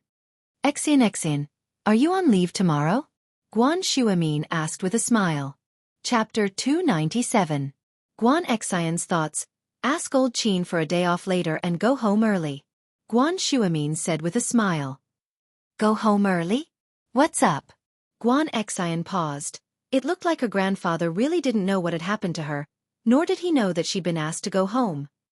A friend's coming over tonight, the handsome young man I told you about. He's so young, but his medical skills are amazing. Guan Shuamin smiled. I'd like to introduce you two to each other. He's about the same age as you, so you two should have something in common. Oh. Guan Xian lost interest as soon as she heard that. Lin Yi's figure floated into her mind once more. Guan Shuamin didn't see Guan Xian's expression, so he thought she was shy when he heard her reply. Then it's settled. When you get back, I'll have Auntie Lu buy some groceries with you. Make a few of your specialties tonight and leave a good impression. Auntie Lu was Guan Shuamin's nanny, responsible for taking care of her grandfather's daily needs and buying groceries. Guan Xian was a bit reluctant, but it wasn't right for her to not give face to someone her grandfather respected. Getting to know him was fine, but getting to know him was out of the question. Lin Yi parked the car at the food street behind the school. A man with a fierce face walked up to Lin Yi as soon as he got out. Hey kid! Don't park here. School's almost over, and there's a stall here. The fierce-looking man was a stinky tofu vendor on the food street, and Lin Yi had parked at his brother's stall. His brother hadn't come yet, so he couldn't let anyone else take his spot. Lin Yi frowned. He didn't think there'd be so many problems with parking. This food street belonged to his family? Even the traffic police hadn't said anything about parking here, and here someone was looking for trouble. The fierce-looking man jumped when he saw Lin Yi raise his head. Fuck. He'd gotten himself into trouble. Master Lin. It's fine, just park here. It's fine, it's fine. The ferocious-looking man had clearly seen how Lin Yi had dealt with Zhang Biaoqiao that night. How could he dare to provoke such a person? Lin Yi shook his head, feeling a little amused. Just a moment ago, he was so fierce, but in the blink of an eye, his face changed. Then I'll stop here? It will stop here every day. No problem. Young Master Lin, I asked my brother to change seats. How could I affect your parking? Don't worry, I'll help you look after your car. I guarantee that no one will dare to scratch your car. The fierce man patted his chest and guaranteed. It wasn't a big deal for his younger brother to change the location of his stall, but if he angered Lin Yi, it would be a big problem. When he returned to class, he was just in time for the last self-study period. Seeing that Lin Yi was back, Kong Xiaobo immediately went over. Boss, you're back. I want to talk to you about something. Talk about something? What's the matter? Say it. Lin Yi looked at Kong Xiaobo and didn't know what he wanted. Can you lend me 200 yuan? Kong Xiaobo said with some embarrassment. 200 yuan? What do you want? No way, you don't even have 200 yuan? Lin Yi was a little surprised. Heh, I spent a bit too much this month. I always went to see Xiaofan and bought a lot of snacks. Kong Xiaobo was a little embarrassed. It's the end of the month. I don't have any money. I'll pay you back next month when I get my allowance. Oh, it's fine. You can use it. Lin Yi gave Kong Xiaobo 200 yuan. Lin Yi still had this bit of money. I'm thinking of buying a cheaper phone for Xiaofan. 200 yuan is enough, Kong Xiaobo said. Otherwise, it's not convenient to contact her. Heh. Lin Yi smiled. You keep the 200 yuan to spend. I'll pay for the phone. You're giving her a gift. No matter what, you have to buy a decent one. You can't just buy a 200 yuan phone, right? Heh, thank you, boss. I won't be polite. When I'm rich in the future, I'll repay you. Kong Xiaobo didn't refuse and directly took it.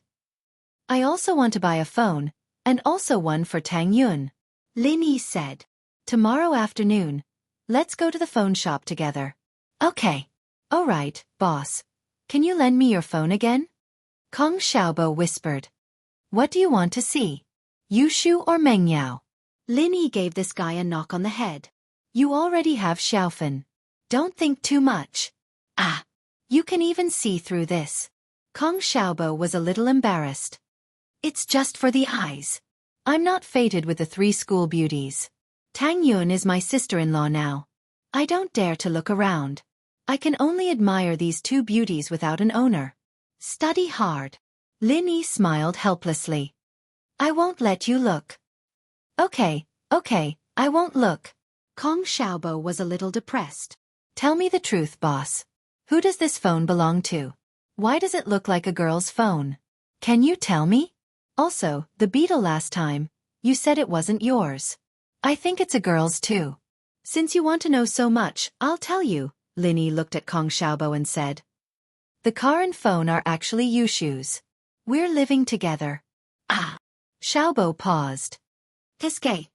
Xiaobo said. Fine, I won't ask you anymore, alright? Lin Yi shrugged. Most of the time, no one believed the truth. But it was a good way to solve the problem once and for all. Kong Xiaobo wouldn't ask about this anymore. Even if he knew the truth, Lin Yi didn't lie to him. He was living with Yushu, and Meng Yao as well. But, to be more precise, they were living together. Lin Yi sent Meng Yao a text after school, telling her that he had something to do and would be back later. Meng Yao was already used to this type of text. She hired this guy, so why did he have so many things to do? Xian was a little helpless at her grandpa's praises. If that guy was so good, why didn't he take him in as a godson or something? Why did he want her to hang out with him? Xian already had someone in her heart. How could she accept someone else at a time like this? But Xian couldn't tell her grandpa about this. She could only agree to it and walk to the kitchen unhappily. He wants me to cook with my heart? Why? If I cook well, what if he takes a fancy to me? What should I do? Wouldn't I be looking for trouble? Guan Xian thought that she might as well make it a little worse so that he wouldn't want to eat it again.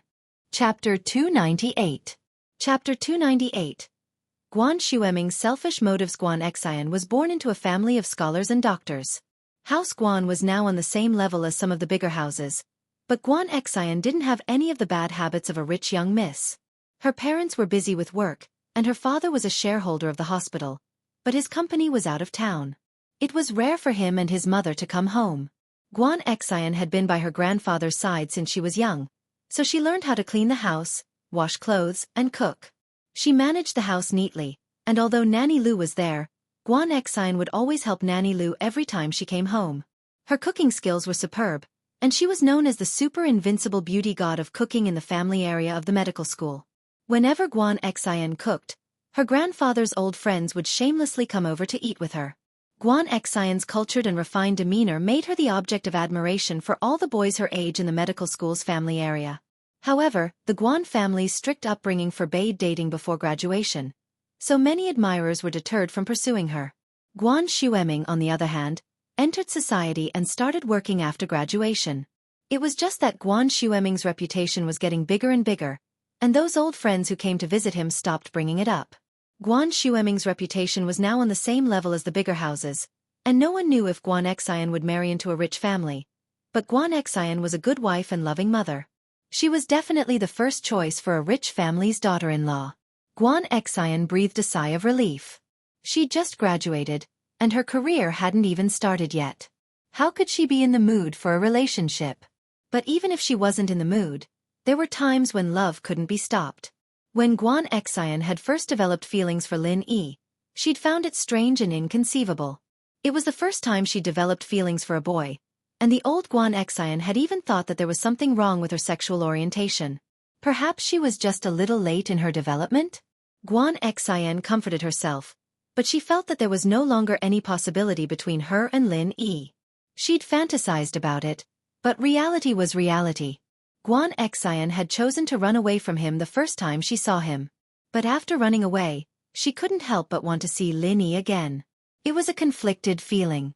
She knew that it was impossible, but she still wanted to see him. It was like a moth flying into a flame. It was somewhat impulsive and irrational, but it was uncontrollable. Xianxia, do you need Auntie Lu's help? Auntie Lu's voice came from outside the kitchen. After tidying up the house, Auntie Lu came to help Guan Xian in the kitchen. No need, I can do it myself. Guan Xian rejected Auntie Lu's offer of help, but she couldn't let Auntie Lu come. If Auntie Lu saw her cooking secret, she'd definitely stop her from messing around. Auntie Lu didn't think much about it. She knew that Master Guan was going to introduce a handsome young man to Guan Xian.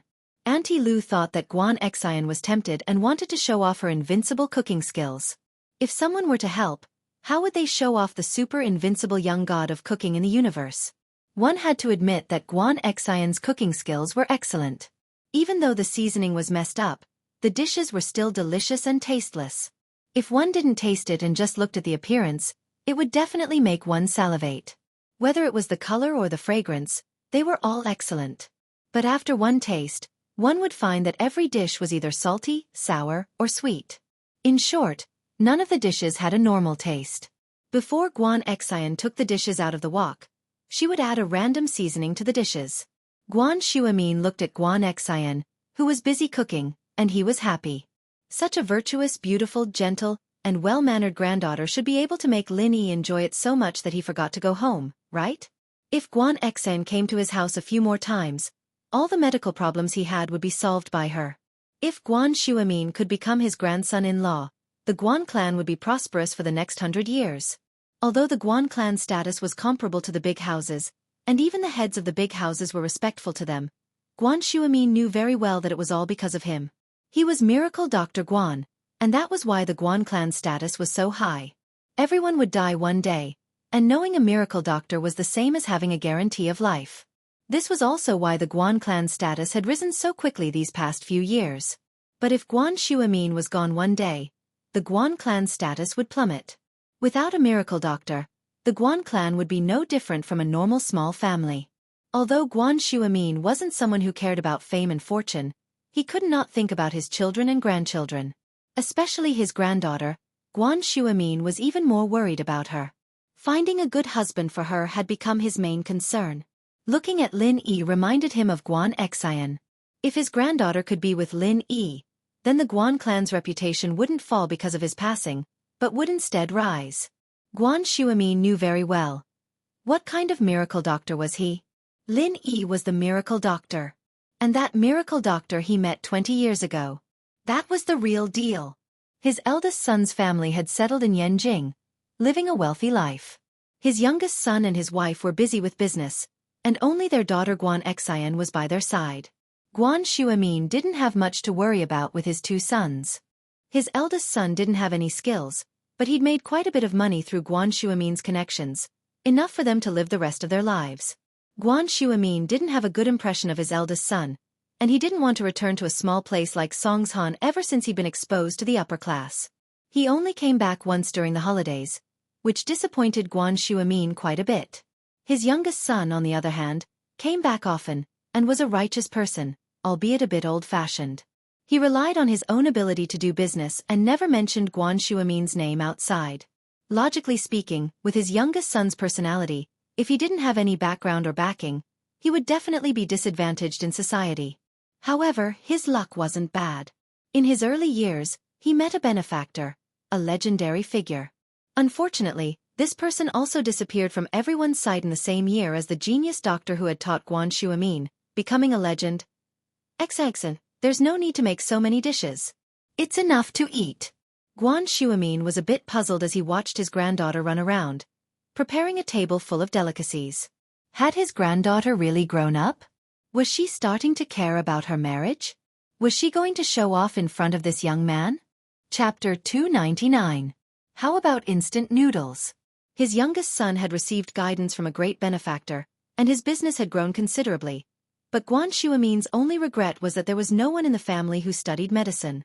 His granddaughter's weak personality meant that she could only be a nurse, and she wasn't cut out to study medicine either.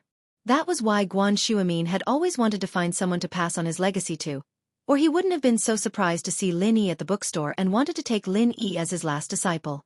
But that thought was gone now. His medical skills weren't even a third of Lin Yi's, so what was the point of passing on his legacy? It wasn't even certain who would be whose teacher.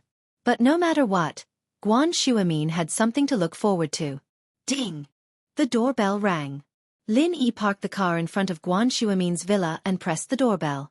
Guan Shuamin was overjoyed at the ring. He quickly stood up and waved at Auntie Lu, who was about to open the door. He'd open the door himself. Guan Shuamin didn't dare put on any airs when it came to Lin Yi. There was no such thing as learning, and Lin Yi was better than him. Lin Yi, you're here. Guan Shuamin said happily when he opened the door and saw Lin Yi. Ah, nice to meet you, Grandpa Guan. I came right after school and didn't bring any gifts, so please don't mind me. Lin Yi smiled as he spread his empty hands. Other people brought gifts when they came to Guan Shuamin's house, but Lin Yi came empty-handed. What gifts? Guan Shuamin was amused by Lin Yi's words. I'm happy that you're here. It wasn't easy for me to be so thick-skinned as to call you and invite you over for a drink or two. If you keep being so polite, I won't call you again no matter how thick-skinned I am. Ah. All right, then I'll come over when I'm free. Lin Yi said with a smile. That's more like it. Guan Shuamin nodded matter-of-factly. Guan Xian was walking out of the kitchen with a plate of sweet and sour mustard fish in her hands when she heard someone boasting that he could come over for free food. She wasn't happy at all. Who are you? You're here to freeload? Did he really not treat himself as an outsider? All right, since you came to eat, I'll let you eat your fill. Let's see if you dare to come again next time. Tonight's sour, sweet, bitter, spicy, and numbing feast will definitely be fresh in your memory.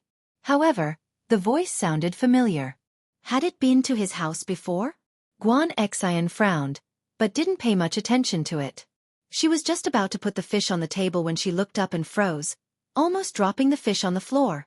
Lin Yi? Guan Xian's eyes widened in disbelief. Why was he the one who wanted to freeload all the time in the future? Guan Xian? Lin Yi was startled. What was Guan Xian doing here? He suddenly remembered what Guan Shuamin had said about his granddaughter. Could Guan Xian be his granddaughter? Both of them had the same surname. Your Grandpa Guan's granddaughter? You're the handsome young man Grandpa was talking about? Guan Xian blushed. Why was he the handsome young man Grandpa was talking about? Didn't he already have a girlfriend? Why was Grandpa introducing him to her? Guan Xian didn't know what to do. She wanted to hide her feelings for Lin Yi from the bottom of her heart, but she lowered her head shyly. Handsome young man? Lin Yi paused at the title and smiled bitterly. I'm not considered a young genius, but I'm young and promising. I can barely call myself that. Bragging. Guan Xian couldn't help but smile. What kind of person was this immodest? Wasn't handsome young and promising about the same?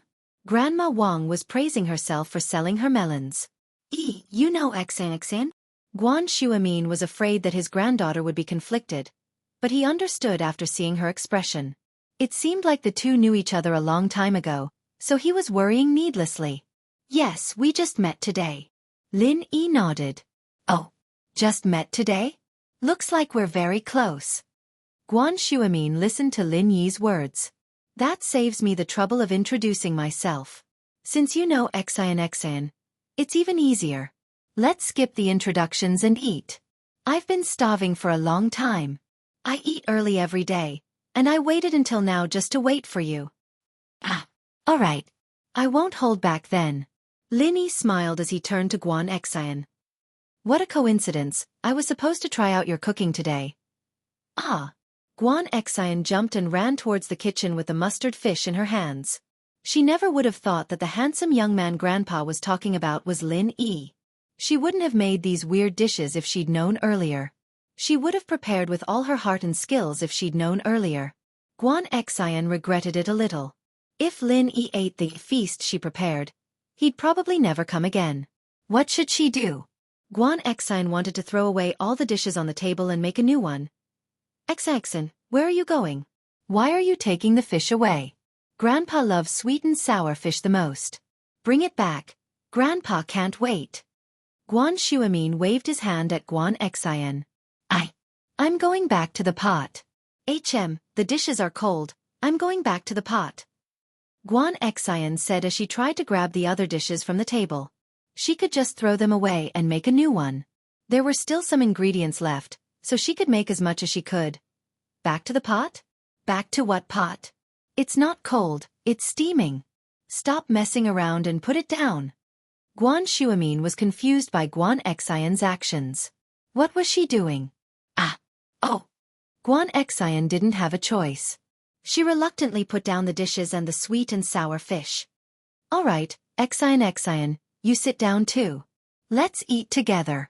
Guan Shuamin couldn't wait to open a bottle of Mao Tai and pour a cup for Lin Yi before pouring one for himself. All right. Guan Xian was reluctant. But there was nothing she could do. She sat down with a sad face. I've heard from Grandpa Guan that you're a great cook. The dishes on the table are delicious. Let me try them. Lin Yi smiled as he picked up his chopsticks. Grandpa, I have an idea. Why don't we eat instant noodles? Drinking wine and eating instant noodles is delicious, right? What do you think? Guan Xian suddenly stood up. I haven't had instant noodles in a long time. Why don't we throw away all the dishes? Chapter 300. Absolutely disgusting. What the hell are you doing, Xian? There's so much good food here. Why are you eating instant noodles? Shuamin was getting a little pissed off. Lin Yi was a guest he'd invited. Even if the two of them knew each other, or had some sort of conflict, there was no need to be like this. And no. Guan Xian stuck her tongue out, a little embarrassed. Do you want instant noodles, Lin Yi? Me. I'm fine. Lin Yi was a little puzzled. Why was Guan Xian so insistent on him eating instant noodles? He didn't want to turn her down either, so he answered without thinking. That's great. I like it too. I'll go make 2 buckets. Guan Xian was a little happy at Lin Yi's answer. I'll go right now. Guan Xian, sit there. Shuamin was so angry that he didn't even bother calling her Xian anymore, choosing to just call her by her full name. Guan Xian felt wronged, but couldn't tell him the real reason. She could only sit down gloomily. If she'd known this would happen, she wouldn't have made the food so disgusting. Even if she'd just cooked it casually, it would still have been delicious. Ah. I haven't had instant noodles in a long time. I kind of miss the taste. Lin Yi smiled. Grandpa Guan, don't be mad, Guan Xian's just too passionate. Guan Xian looked at Lin Yi gratefully. She was about to poison him to death, but he was still helping her out. What a nice guy. Yeah, he wouldn't have taken a bullet for her if he wasn't a nice guy, and he wouldn't have risked his life to save her today. Girls in their prime always like to fantasize about having a Prince Charming by their side. It was the dream of every girl her age, and it was obvious that Lin Yi wasn't as good as she thought he was, but Guan Xian had taken it upon herself to make Lin Yi her Prince Charming. In fact, it was very simple for Lin Yi to block the bullet. No matter who was behind him, he just didn't want to hurt the innocent. Even if it wasn't Guan Xian who was kidnapped, Lin Yi would have done it if it was anyone else he was familiar with. If Guan Xian knew that Lin Yi acted so quickly in exchange for a kiss from Tang Yun, what would she think? Looking at his granddaughter's grateful expression towards Lin Yi, Xu Min was even more surprised this time. These two didn't seem to have a conflict, did they? What kind of relationship was that? Why is Xianxia acting so weird today? Lin Yi actually cooperated? Alright, let's not talk so much. Since you're familiar with it, let's eat it. I'll go first.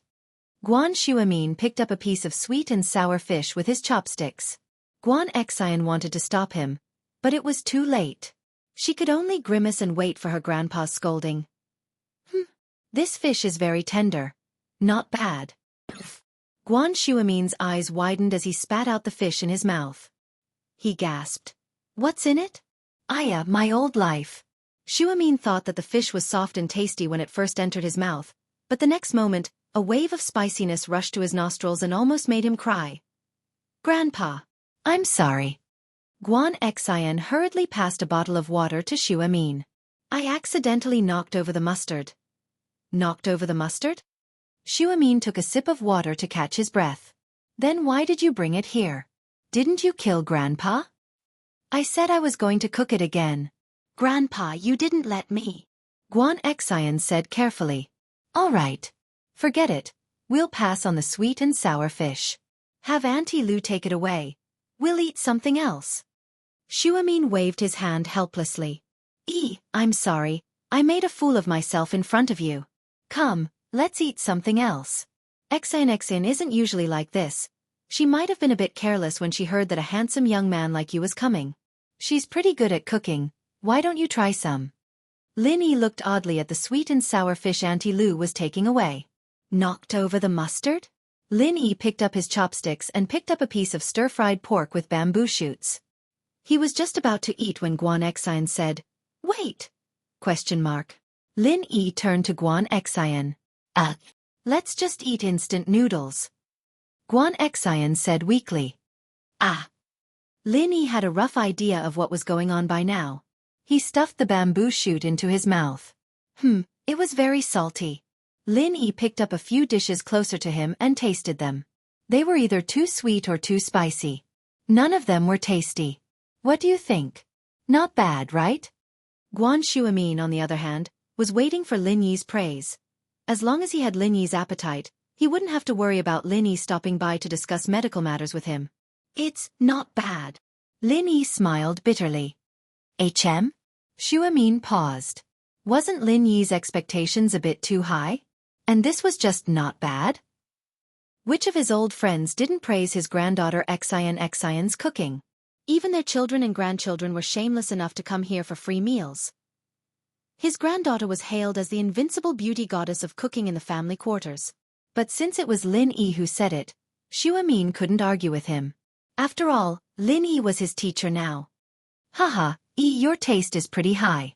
This old man thinks it's not bad already. Xuemin said as he picked up another dish. High taste? That's high? Lin Yi smiled bitterly. He'd already made up his mind by saying that it was okay, but he'd said something against his will. Xuemin spat out a mouthful of stir-fried pork with bamboo shoots. He quickly drank a mouthful of water and said, Xianxia, did you kill the salt cellar? Guan Xian lowered her head in embarrassment, not daring to look at her grandpa and Lin Yi. Today was too embarrassing. Xianxia quickly tried a few other dishes with his chopsticks and spat them out again. He finally understood that Lin Yi's not bad was already praising today's food. Today's food couldn't even be described as bad. It was unbelievably bad. Xin, this food. Xianxia's eyes widened. You don't usually cook like this. Ah. Grandpa Guan, maybe Xin was frightened today. Lin Yi wanted to say a few words to comfort Guan Xin, but she cut him off. Guan Xin didn't want her grandpa to know what happened at the hospital today. It'd make him worry, so she cut Lin Yi off and said her real purpose. Grandpa, I'm sorry. I actually did it on purpose. On purpose? You made it this bad on purpose? What's going on? Xianxia blinked, not expecting Guan Xin to say that. Chapter 301. Xian's bias. I think he wouldn't want to come back after tasting my cooking. He's afraid of being poisoned. Guan Xin explained sheepishly. Ah. Lin Yi had more or less guessed Guan Xin's intentions. Guan Xianxia had praised his granddaughter to Lin Yi more than once, saying that she was a good cook and a well-mannered person. Lin Yi naturally understood the old man's intentions. Guan Xianxia, on the other hand, must have told Guan Xin something similar back at home as well. It was only natural that Guan Xin was conflicted. Any girl wouldn't be too happy if they were told that a handsome young man was coming to their house, asking them to get to know him better. You dash. Guan Xianxia was pissed off. This was the first time he'd lost face. Lin Yi is my guest. How could you do this? It's fine if you guys know each other, but if it were someone you don't know, they'd be slamming the door and walking out already. How is this treating someone to a meal? You're trying to poison him to death. I'm sorry, Grandpa. Guan Xin lowered her head, realizing that she'd gone too far. She hadn't thought too much about it before. She'd only wanted the young man to leave as soon as possible. Now that she thought about it, where would her grandpa's face go? Haha, it's fine, Grandpa Guan. Don't blame Guan Xin. Lin Yi smiled. Actually, to tell you the truth, you kept telling me how good your granddaughter was, and I didn't even dare to visit you. It's normal for Guan Xin to feel the same way. Is that so? So I'm the one worrying too much then? Guan Xianxia thought about it for a moment. It seemed like he'd been a little too hasty, so he shook his head. All right, let Auntie Lu make a few dishes. I'll go. Guan Xin stood up, a little embarrassed. It was a bit of a shame that all the dishes on the table were picked up, but it wasn't something a normal person could eat. Lin Yi changed the topic to medicine, and Guan Xianxia quickly forgot about the previous unpleasantness. He excitedly discussed the prescription with Lin Yi. Guan Xianxia had completely forgotten what had happened when Guan Xin brought a few steaming hot dishes to the table. Xin, come pour Grandpa some wine. Guan Xin looked at Lin Yi suspiciously. Was this man really that mysterious? Not only was he skilled, but he also knew medicine? It wasn't easy for a person to receive such high praise from his grandfather. Guan Xin's subsequent dishes were quite ordinary. A plate of scrambled eggs with green onions, a plate of mushrooms, a plate of tofu, a plate of cucumber, and a bowl of sour and spicy egg soup were all served piping hot. 4 ordinary home-cooked dishes and an ordinary soup were cooked to perfection in Guan Xin's hands. Try it again this time. Guan Xin said to Lin Yi, a little embarrassed as she poured wine for her grandfather. Lin Yi nodded and picked up a piece of mushrooms with his chopsticks. He thought to himself. She's actually catching up to my level? How is it? Guan Xin didn't know if Lin Yi's was good or bad. She looked at Lin Yi nervously, waiting for his answer. But for these home-cooked dishes, Guan Xin had given it her all, bringing out the young divine chef's abilities to the extreme. I didn't think home-cooked food could be this good. Lin Yi praised. Old Lin always praised him like this. Then, eat more. Guan Xin was a little happy. She pursed her lips into a smile. Try something else. Okay. Lin Yi nodded and put a few more mouthfuls from the other dishes into his mouth. Grandpa Guan, I finally know that what you said before was true. Guan Xin really is the young divine chef. That's right. Guan Xianxia nodded. So, if you want to eat more, you'll have to come here often. No problem. Lin Yi nodded happily. Xianxia had a taste of Guan Xin's new dishes, frowning as he took a bite. Xian, aren't you being biased? I've tried these dishes before, why aren't they as good as today's? It looks like Lin Yi's treatment is different now that he's here. The poison dishes from before are upgraded to delicious food that even I've never tasted before. Grandpa! Guan Xian was a little embarrassed by Xuemin's words. Haha, Lily, it looks like you'll have to come more often. This old man will have to enjoy the delicious food with you. Guan Xuemin smiled. I'll definitely come more often. Lin Yi nodded. He was here because of Guan Xuemin's invitation, but also because he wanted to discuss the medical company with Guan Xuemin. If that were to happen, he'd have to come here more often.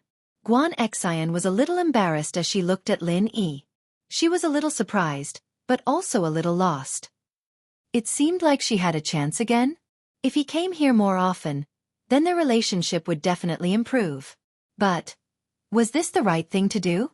After dinner, Guan Xian went to clean up the dishes while Lin Yi and Guan Xuemin went upstairs to Guan Xuemin's study. Lin Yi's expression returned to a serious one as he closed the door. Grandpa Guan, I actually have something important to discuss with you this time. Oh?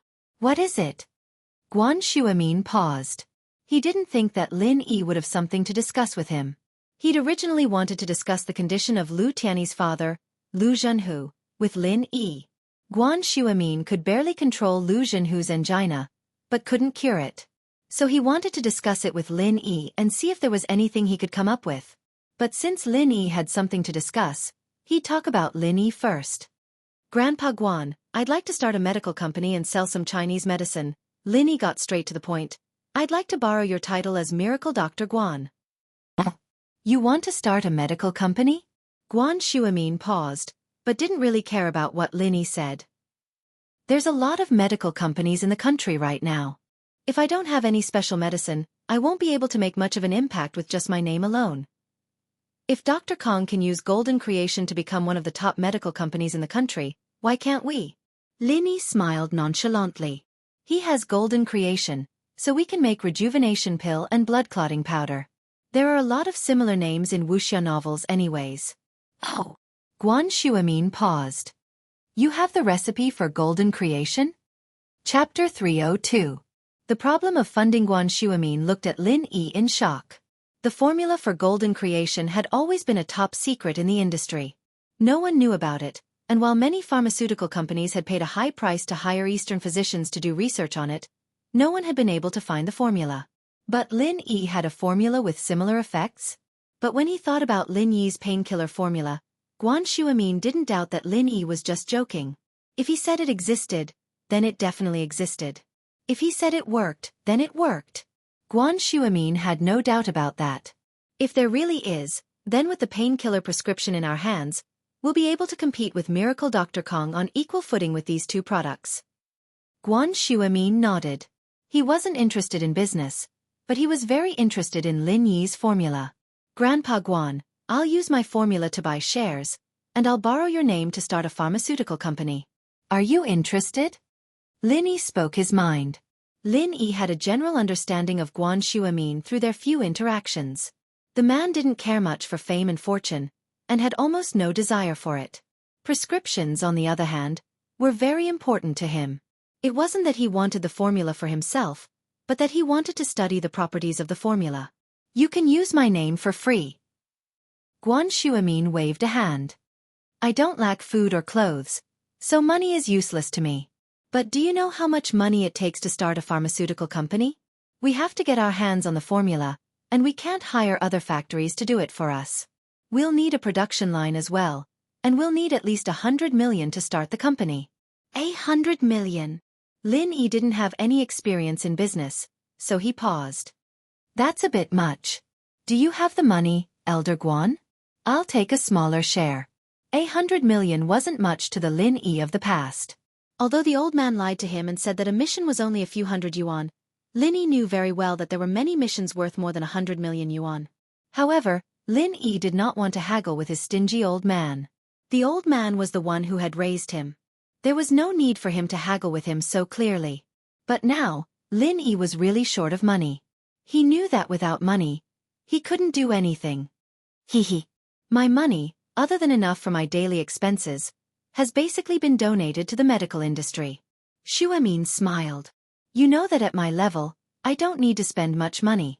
The school basically covers all my daily expenses. Lin Yi was in a bit of a dilemma. It seemed that his thinking was a bit too simple. He thought that he could make money with the formula, but he didn't think about the startup capital. If it was an investment, Lin Yi could pull it in. He could talk to Peng Zhan about the prospects of this industry. He was sure that the guy would be interested, but his company's internal problems weren't solved yet. Lin Yi didn't want to give the formula to a company he had no confidence in. It wasn't that Lin Yi didn't trust Peng Zhan, but the problem was that the company might not even belong to Peng Zhan in the future. Even if it did belong to Peng Zhan, those bastard shareholders of the company were even capable of assassinating Meng Yao. There was no telling if they'd be jealous of the recipe or not. My eldest son does have the money, but I won't use it. Xu Amin continued after seeing that Lin Yi wasn't saying anything. He's a bit greedy. We can't let him participate in this. Lin Yi paused. He wasn't expecting Xu Amin to say that.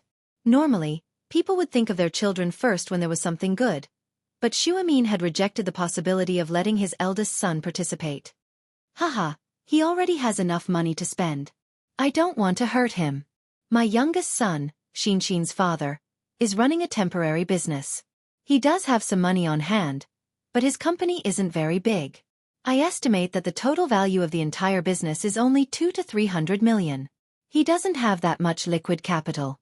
So, I don't want either of them to participate in this. I'm still healthy, so it's not a big deal. But in the future... Haha. Xu Amin didn't continue, but he believed that Lin Yi would understand what he was trying to say. Indeed, Lin Yi understood Xu Amin's words. Lin Yi was shocked. He knew that Xu Amin was a righteous old man who didn't care about fame and fortune, but he didn't think that the guy would be this insightful. He'd removed his 2 family members from the equation as soon as Lin Yi mentioned the idea of a partnership. Grandpa Guan. It's not a problem to give them some shares. Lin Yi said, a little embarrassed. No need. Xu Amin shook his head. Don't talk about them. I don't even want the shares. Ah! Lin Yi was stunned. How can you do that? How can I borrow your reputation? You brat. Let me finish. Xu Amin didn't know whether to laugh or cry at Lin Yi's words. I haven't finished yet. Okay, Grandpa Guan, go ahead. Lin Yi was familiar with Xu Amin now, so he wasn't as restrained as before. In fact, the two of them had become good friends since the last time they talked about medical problems. Xian is my favorite granddaughter. If it's possible, you can just give her a small part of the shares. Xu Amin said, it doesn't need to be much, just enough for her to live in the future. Of course, that's not a problem. Lin Yi agreed without hesitation. Don't be in a hurry to agree. You still have to think of a way to start your own business. Xu Amin said solemnly with a wave of his hand. My name is useful in all the big houses, and I can pull in a lot of investments, but you better not let anyone else have a share in this medicine company. House Kang's Golden Creations profits are enough to make people jealous, but there's nothing we can do about it. They're managing it like a family, and no outsiders are involved. Xu Amin continued. As long as Elder Kong is still alive, there won't be any problems. But if someone else were to get involved in your company, I can't guarantee that my name will still be effective in the face of profit. I understand, Grandpa Guan. I'll think of a way to get the funds myself. Lin Yi nodded. Xu Amin didn't say anything else. 100 million seemed like a fantasy to an ordinary person, but he knew that Lin Yi wasn't an ordinary person. How could Huaijuan's teammate, someone with such miraculous medical skills, be an ordinary person? Chapter 303. The Young Miracle Doctor. It's useless. Lin Yi waved his hand, not looking at the patient. Since it's your patient, Grandpa Guan, I'll take a look with you. All right. I'll call him and ask him to come over. Guan Xu Amin nodded. Lin Yi was right. Seeing the patient wasn't as direct as looking at the patient. Having Lin Yi with Elder Lu was much better than doing research on his own. The patient's nearby? Lin Yi asked, surprised. Yeah, he lives in this district. It's only a few minutes' drive. It'll be quick. With that, Guan Xu Amin picked up the phone on his desk and dialed a number. In the family compound of Songshan Medical University was a luxurious villa that was comparable to Guan Shuimin's mansion. A young man in his 20s was talking angrily to a middle-aged woman. "Auntie, isn't Sun Jingyi looking down on House Wu a little too much by doing this? We're a Wulin house after all, and we're one of the 4 great guardian houses. What's House Sun? They're just a new house, and I'm already giving them a lot of face by asking for their hand in marriage. But that old man's son doesn't know what's good for him, saying that he doesn't want to get involved in young people's affairs, telling me to work hard on my own." The speaker was Wu Chintian, the most promising young man in House Wu's younger generation. He was known as Little Wu Iron Fist. House Sun's business has been expanding really fast these past few years, and they have some connections in the political world. They're a new house, yes, but they have the right to stand shoulder to shoulder with the other old houses. Lu Tianyi said, glaring at his nephew. "But Sun Jingyi and I are childhood friends, and she's gone too far. She found a boyfriend in private, and made me look like a fool." Qin Tian said resentfully, "I wouldn't have lost my wallet if it wasn't for her. People look down on me." All right. Tian, I'll help you." Wu Huiru opened her mouth. "Since your uncle's father will be staying here to recuperate for a while, I'll help you set up a company. Let's show that girl from the Sun family the talents of the Wu family's men." "Thank you, Auntie." Qin Tian was overjoyed. He didn't know what to do in this unfamiliar city, but with his aunt's help, he'd be able to make a name for himself and show Sun Jingyi how good he was. Ring. The phone in the living room rang. "It's so late, who's calling?" Tianyi. "Huiru? What if it disturbs Dad's rest?" Wu Huiru complained when she heard the phone ringing. "What? What if something happens?" Tianyi glared at Huiru. "Huiru?" This landline phone was in the previous villa. He must have called the previous owner by mistake. Wu Huiru curled her lips. "Who doesn't call this phone when they know us?" "That's right, Uncle. Auntie is right. Don't worry about him." Qin Tian was in the middle of a happy conversation with his aunt, preparing to think about how to capture Sun Jingyi's heart after setting up the company, when the phone interrupted them. Lu Tianyi frowned, ignoring his wife and nephew. "Hello, I'm Lu Tianyi." "Tianyi? I'm Guan Shuimin. Bring your father over. I've invited a specialist, and we're going to see if there's any possibility of a cure." Shuimin's voice came from the other side of the phone. All right. Elder Guan, I'll bring my father over right now." "Thank you." Lu Tianyi nodded profusely at the words. Lu Tianyi was very grateful that Shuimin was putting so much effort into his father's situation. After all, House Lu was one of the most powerful houses in the city, but that was only because old Lu Jianghu was still alive. Many people gave them face, but once old Lu passed away, House Lu would definitely fall. Tianyi glared at his wife after hanging up. "You almost ruined our big plan, you know." Elder Guan's invited a specialist, and he's going to treat Dad. Would you be able to take responsibility if you didn't get the call? "I'll go help Dad down right now." Huiru didn't dare say anything else. She lowered her head and went upstairs. Lu Tianyi had become more and more manly these days, and Huiru didn't dare make a fuss anymore. Instead, she became more obedient. "Humph. Be careful," Lu Tianyi warned. "Qin Tian, go with me to help your grandpa Lu down." Huiru gave Qin Tian a look. Old Lu was a big shot, and if he fell in love with Qin Tian and spoke up for Qin Tian at House Sun, old Sun wouldn't just give him face. Qin Tian understood and followed his aunt upstairs. 10 minutes later, old Lu Jianghu came down with the help of Huiru and Qin Tian. Lu Tianyi had already parked the car in front of the villa, waiting for them to get in before driving straight to Shuimin's villa. Jianghu was no longer sleepy after hearing that a specialist was coming to treat him. His heart was filled with hope. Even an old man in his 70s would want to live a few more years. It wasn't that Jianghu was afraid of death, but that he couldn't let go of the Lius. Auntie Lu opened the door for them and invited the Lius into the villa. Shuimin and Lin Yi were waiting on the sofa in the living room, but Lin Yi paused when he saw Jianghu and Lu Tianyi. He didn't expect the patient Shuimin was talking about to be Jianghu.